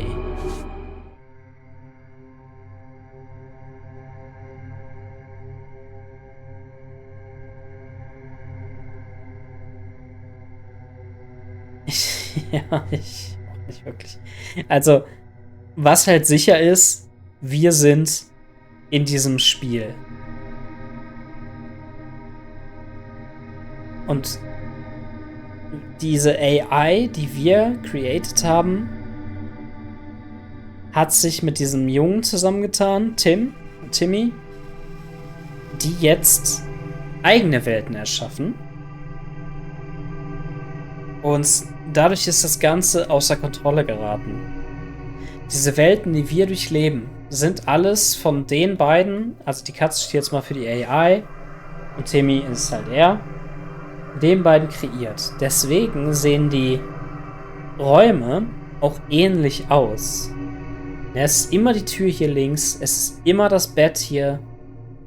Hier gibt es ein geheimes Loch, einen geheimen Durchgang. Hier kann man immer raussehen auf die Stadt. Es gibt halt verschiedene Regeln. Mir wäre das Game zu nervig. Ja, nur ein bisschen offen sein für neue Sachen. Es ist immer schön ein bisschen nachdenken, ein bisschen lesen, ein bisschen Mysterium. Das gehört beim Spielen dazu. The joy of exploration and wonder. So sweet, the childlike drawings, the flowers, little sounds all over the place. How cynical. A concentration camp in the wards of a kindergarten. Okay. Sorry. Life in the city is always in full swing and it only gets more hectic when the sun sets. I have always hated this anthill, but right now it feels strangely empty. Nobody's out in the broad daylight except for a couple laughing kids in an alley and lazy dogs soaking up the sun by the water fountain. Where did everyone go? Stanley decided to go to the meeting room. Perhaps he had simply just missed a memo.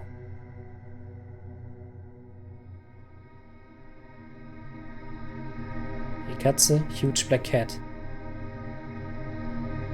It does have the nerve to just sit here like that. No matter how thick and strong a wall may be, it will eventually crack one way or the other. The rats will be waiting to swarm in through these cracks. Tim. Hello and goodbye. Yeah, bye. Humble bench that's seen its fair share of bad weather and human negligence. It is possible to leave now. It's equally possible to stay. I choose to stay because I have nowhere else to go. Wunderbar. Okay, Timmy. Hi there. Why, hello, dear sir. Hello, mister.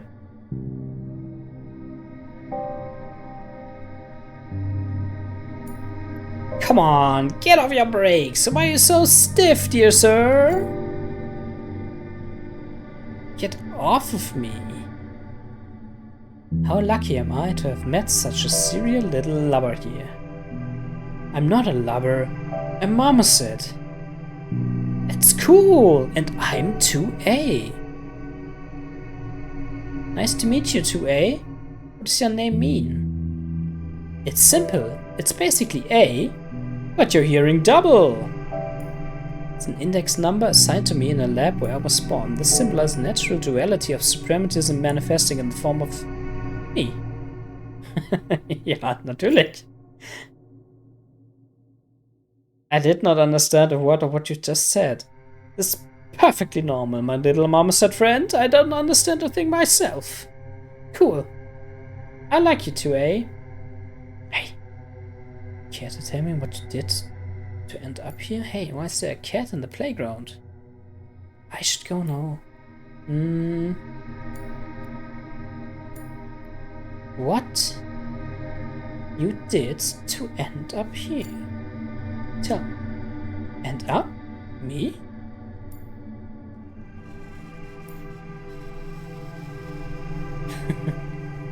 Ey, wenn es das einzige Kind ist auf dem Spielplatz, also dann erst recht nicht. Aber wenn es das einzige Kind in dieser Simulation ist, das du retten musst, dann ja. Dann ja.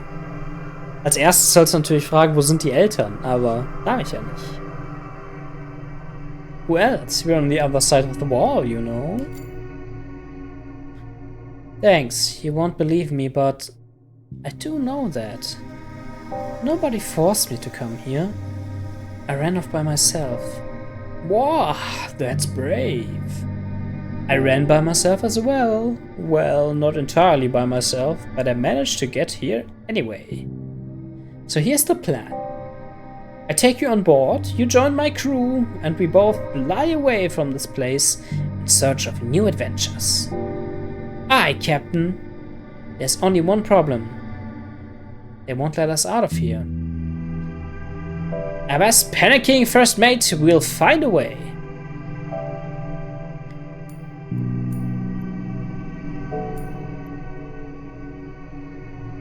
Okay, we found out why you had to leave. Now tell me what I did to be excited.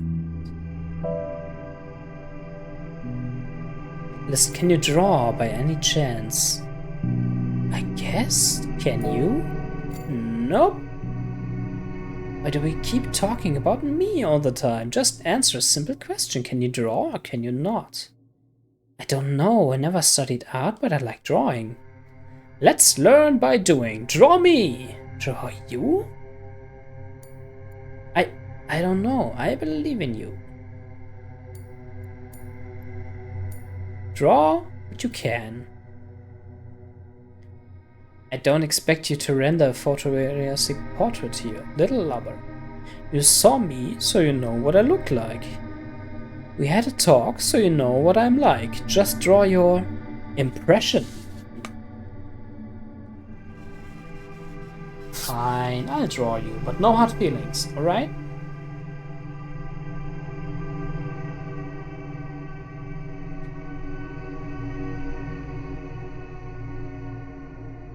By the way, I can see through your head. I can read your thoughts. Now, Deuce, I will do everything in my power to insult you. Am I right? I did think of something along these lines, to be completely honest. Really? Why? Because you're an asshole. Oh. Finally, now that's the beginning of a lifelong friendship. Get to drawing, will ya? Where would you like me to draw? You have a whole wall here, don't you? They won't like it if I draw something on that wall. Of course they won't. Find me something to draw with first.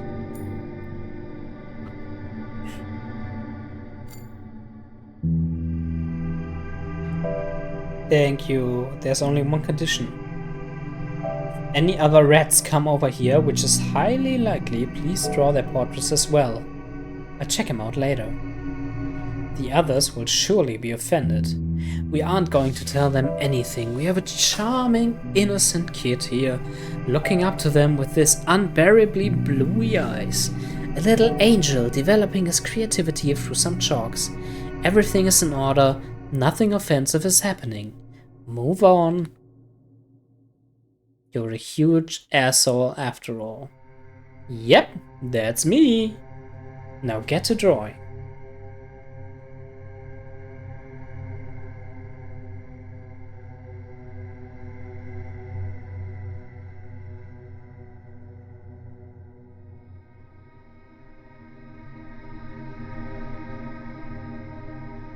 There you go. Huh. You finished? Great job! Here's my honest opinion. Do you like what you see? It's adorable. The violin is spot on. I sense a lifelong friendship blooming right here and now, first mate. You're weird. Yeah, you've said that already. Why? Really? Or maybe you haven't. Anyway, thank you, Marmoset.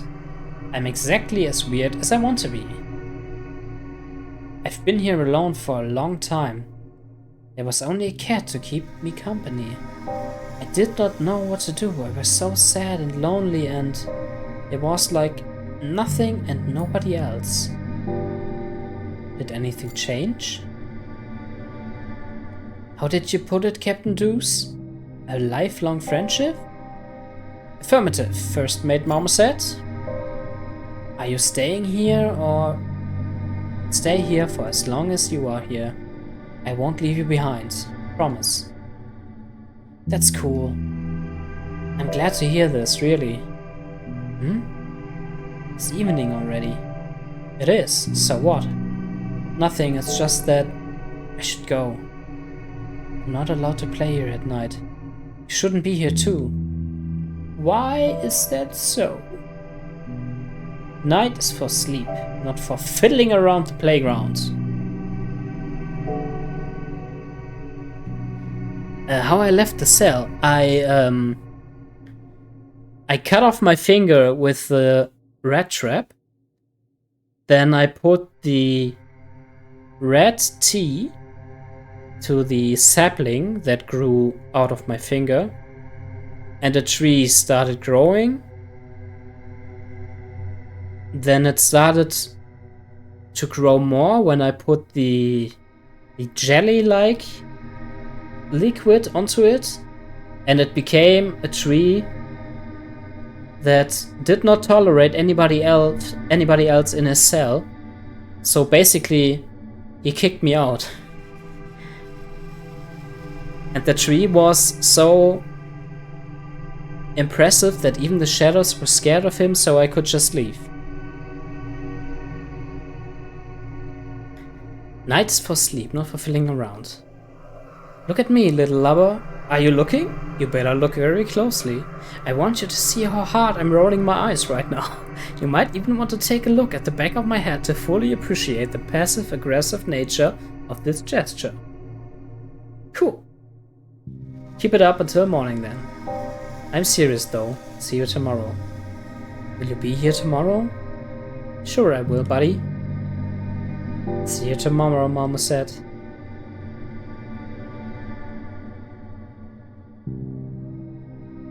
I have nowhere to go now, but that's not a problem. There's a bench here. And this freaking year taught me not to be too picky about recreational spaces. Oh boy, what a year. Things aren't going too bad so far. I wonder how's the city holding up. Everything seems to be in order. Good to hear. Good night, Deuce. Oh, die Schatten waren wieder da.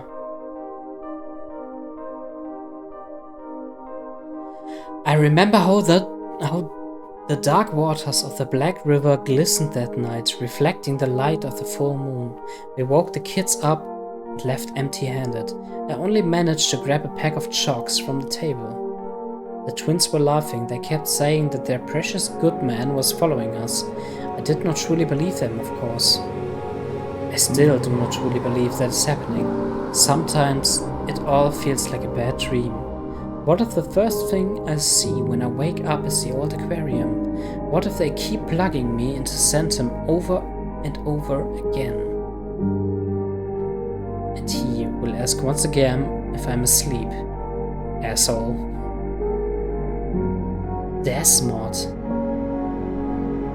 Desmod?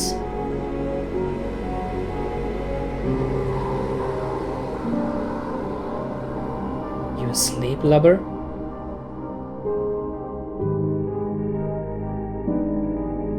No. Anyone else but him. Please don't let it be him.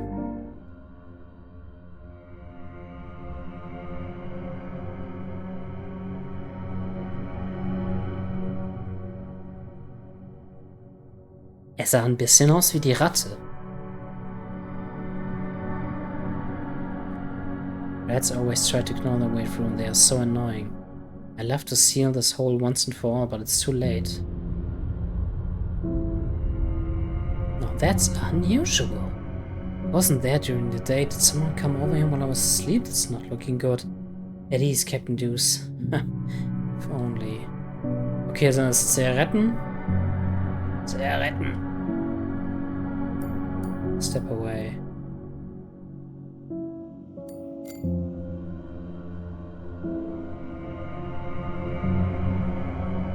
This bulky building is connected by wires in the concrete jungle. Ist hier irgendwas? Irgendwas zum Antippen? Er hat dieselben Augen, ja, und er hat auch sich so über die Zähne geleckt, was mich auch ein bisschen stutzig gemacht hat. Ich habe ein bisschen das Gefühl, dass das in eine komische Richtung geht. Dass der irgendwie was dem Kind angetan hat oder so.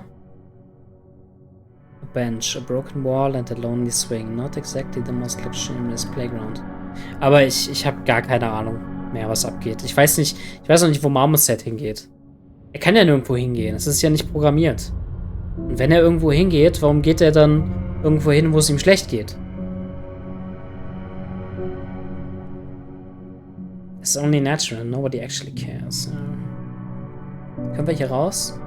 We must escape as soon as possible. I'll ask Mom set for assistance tomorrow. Okay, wir können nur schlafen. Dann schlafen wir. Go to sleep.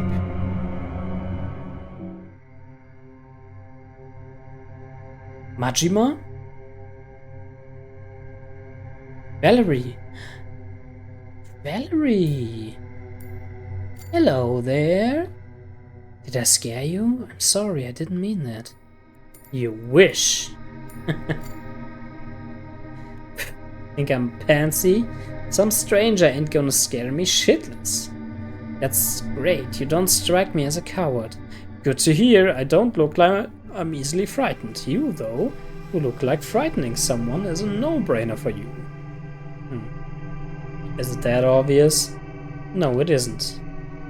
Actually, I can almost sense that you're a good man. Thanks for the kind words. Aren't you a bit too old to hang out at a kid's playground? I might be, yes. Aren't you, though? The playground was practically made for me.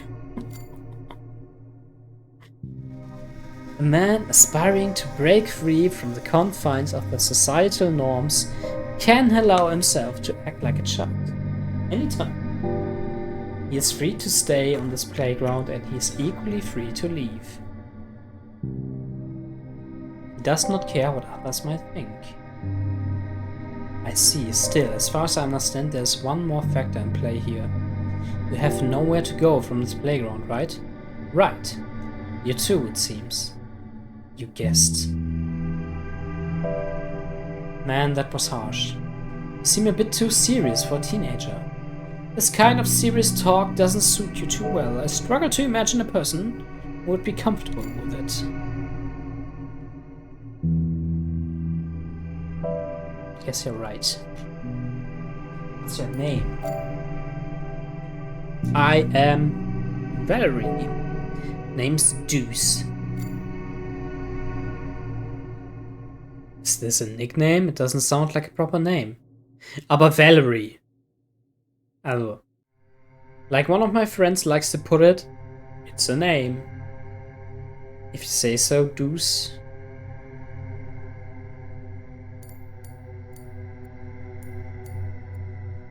You see, Mr. Valerie, each and every rat has a certain defining trait. Trait? If you're talking about their looks, then. Not only that. Do the names Mickey and Nancy sound familiar to you? I don't know, most likely not. They were twins, a boy and a girl. Nice little kids, I admit, but you wouldn't want to see them smiling. These sharp, rat-like teeth were simply unforgettable. Okay, that's a bit reassuring.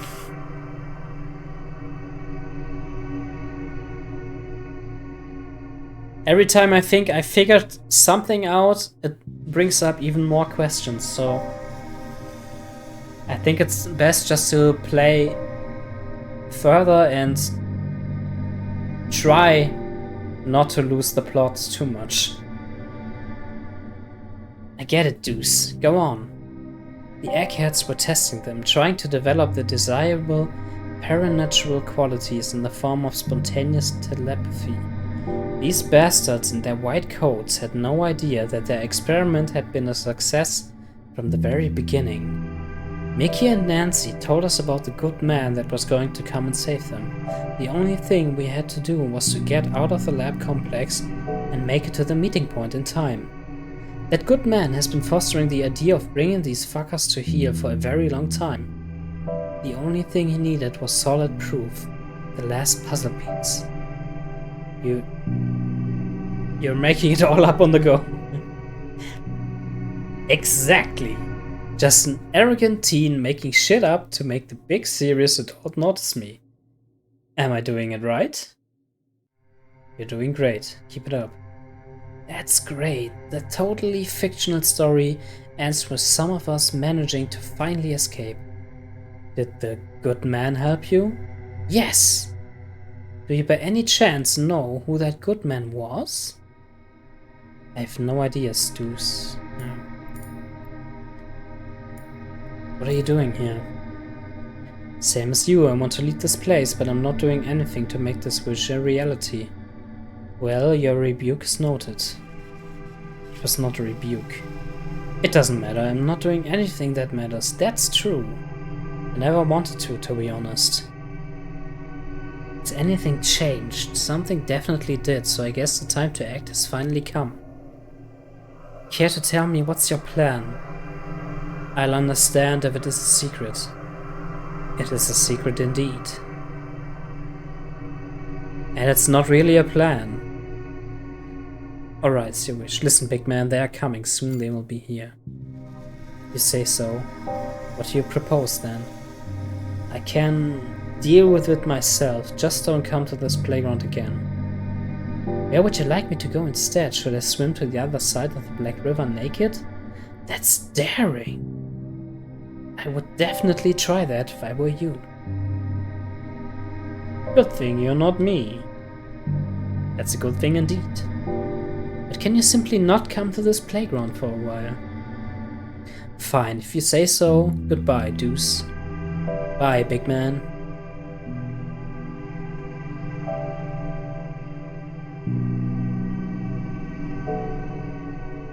Who are you? This is Mumset's cat. His name is Beam. Ah, yeah. Mumset's promising. His drawings solid. I would have done better if I had any idea how to do it. Okay. Was sind wir hier? Red Hole.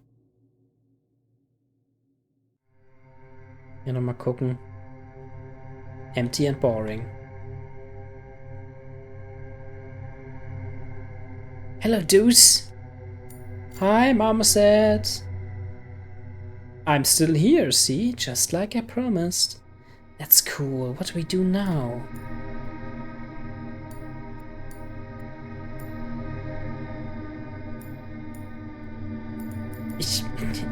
Hätte ich mal mit dem anderen zuerst gesprochen. How about drawing something together? I'm not in the mood today. Okay. Maybe we could play a game. What game? I don't know. A round of tic-tac-toe? It's a game for little kids. Are you making fun of me again? Friends often play tic-tac-toe, but you're right. So it's the right time and place for this. Where do you spend the night? Why are you asking? Won't tell me? I can tell you if you want. Meow. What's wrong, Beam? Just saw friends. The cat's right, Mama said. Don't tell me this. Don't tell anyone where we can't find you at night. Fine. I won't. Great. I should go now. Okay, wer bist du? Official man. Why, hello there. Look who it is. Hello. I am who I am. Children keep accumulating in our area of responsibility at an alarming rate. We should file an official request for additional funding from the city. Is it safe to assume that your presence here is sanctioned by the relevant government bodies? Any additional requests for the municipal council?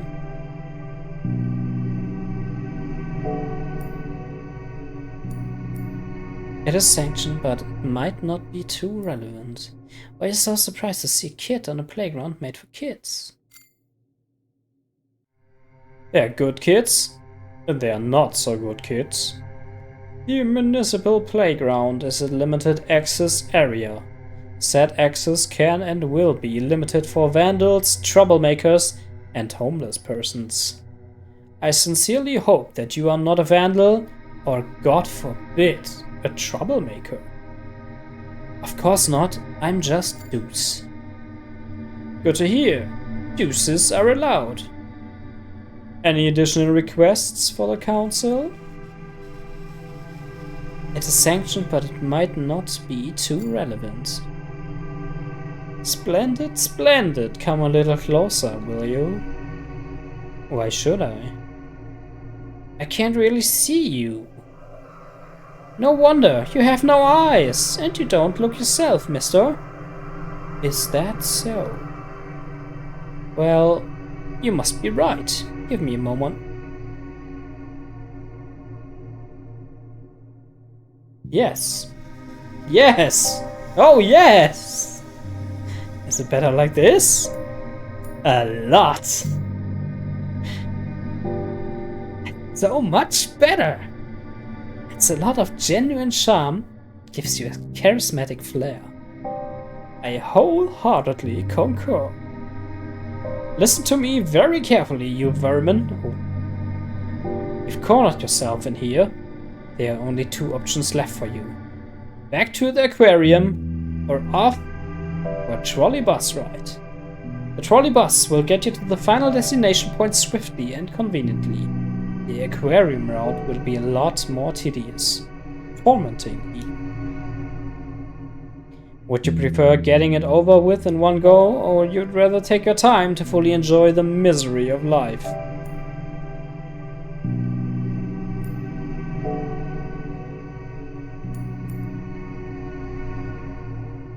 Surely there must be some other options. For you, that's highly unlikely. Let me tell you one thing, you vermin, I can see right through you. And I'm quite dissatisfied with what I'm seeing. Can't do a thing about that. I'm ugly enough on the outside, and it pains me to even think about how horrible it must be to look at my insides uncovered. Hold your jaw, little pest! Someone else is talking through your mouth. Das kann ich nicht zusammenfassen. Du musst jetzt einfach gucken. Du musst gucken, was passiert. Und versuchen zu verstehen. Versteh mit mir. You are not saying what you really want to say. You can only repeat what someone is whispering into your ear.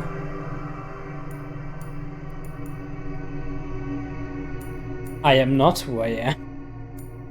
Voices are talking to me indeed. Sure thing, you're right. There are voices in my head. I've been talking to them since I was 5 or so, and they all agree that you're in— Stop this instant! You're in no position to show your teeth. So what are you going to do, little vermin? I am going to call them. This might change a lot of things. Do call, and if they really answer, I'll postpone my decision. I'll wash my hands of it. Every why has a wherefore. Gods are merciful. We mourn. Ich hab das jetzt immer noch. Are you aware that Marmoset has an ultimate immunity against you and your shenanigans? Of course. We keep him locked away in a safe place. We cannot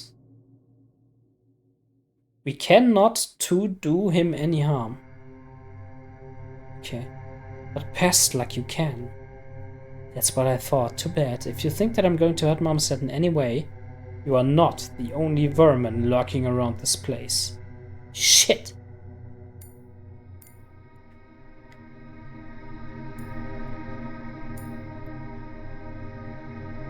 Beamkey, what is he talking about? Is he threatening me? This is not what you promised.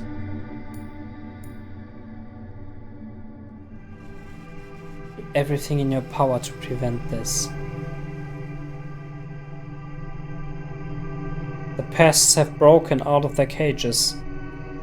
You hold the keys to the kingdom now. I got it. Thanks. Hello, Deuce. Listen, Marmoset, can you keep a secret? I can. I want you to have this. Please. Is it a pack of cigarettes? Doch, da bist du cool. Vertrau mir, die coolen Kids haben alle Zigaretten dabei. Me neither. It's a bad habit. Why would you have those then? They're of no use to me either. Someone else might come here soon and one of those people might need this. One of those people? Should I be worried?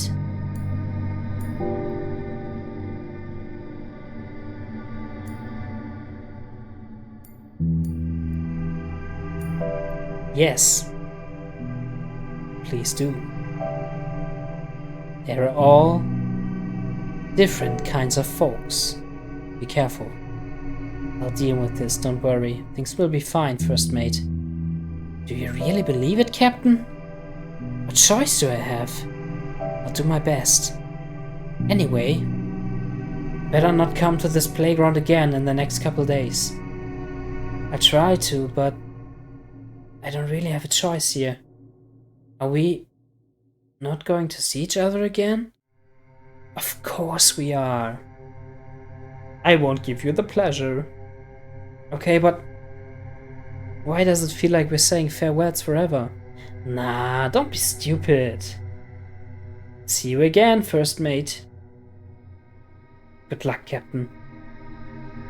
So right, I trust everything is in order around these parts. Your municipal property is not damaged. The child is where he should be, and he even made a friend. You two have fun, and I should go. I'll be back tomorrow. You know the rules. No antisocial behavior. No damage to property. Good luck. Nothing comes to mind. I don't want to think of anything in particular. The city, the beautiful, the horrendous, the ever-indifferent city. When night comes, everything will be fine. Oh, missing no.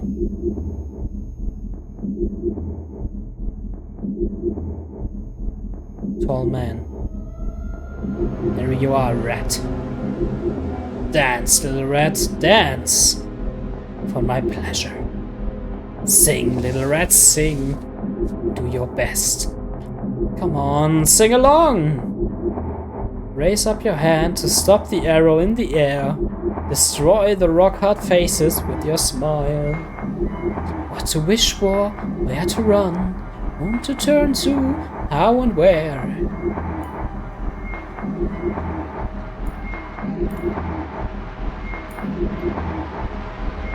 Where silence reigns and no bird dares to fly. Unable to cut off your song, they're all but willing to adore your dance, your clothes, the way you speak. There's only one thing you abhor.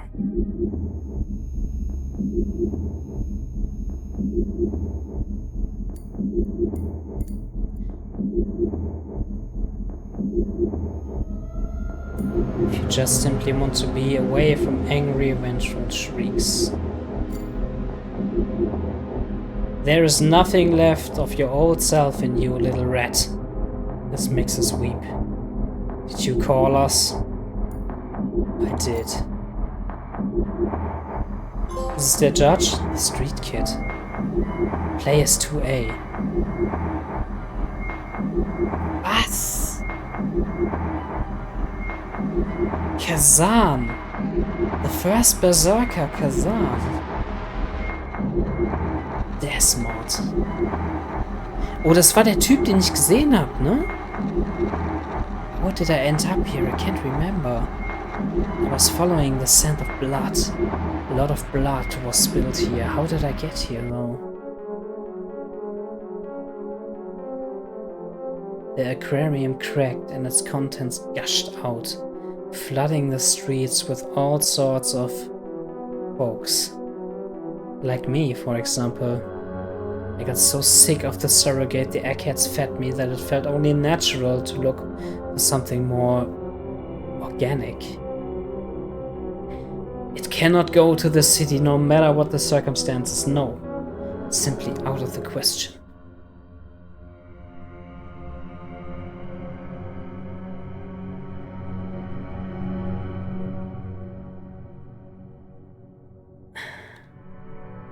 Swing? Quite old-fashioned, I'd say. I remember swinging on something like this myself back when I was a kid. What if I could go back to the past and, I don't know, change my whole life, I guess? Hello, my dear observers. Watch me go closely.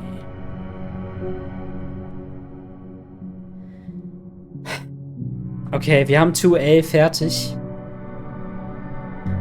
Wir werden als nächstes mit Kazan spielen.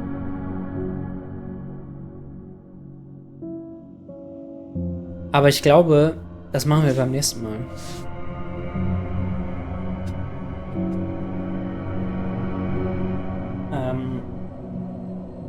Das spielen wir auf jeden Fall weiter. Am Dienstag wird es dann weitergehen. Ich freue mich schon. Das macht richtig Spaß. Das ist richtig cool. Ich weiß gar nicht, was ich noch sage. Es ist super verwirrend. Es ist super strange, aber es ist geil. Es ist super nice. Ich sage auf jeden Fall Dankeschön fürs Zusehen. Ich sende Herzen noch nicht alle raus. Hey Dean, thanks for stopping by again. Thank you for staying during the whole stream. Very cool to see you and to have you by my side while I play this wonderful game. And I'll continue playing on Tuesday. Maybe if you want to come by again, you're very welcome to. And I wish you a good night, a good weekend und ja. Goodbye. Gute Nacht, auf Wiedersehen. Bis bald.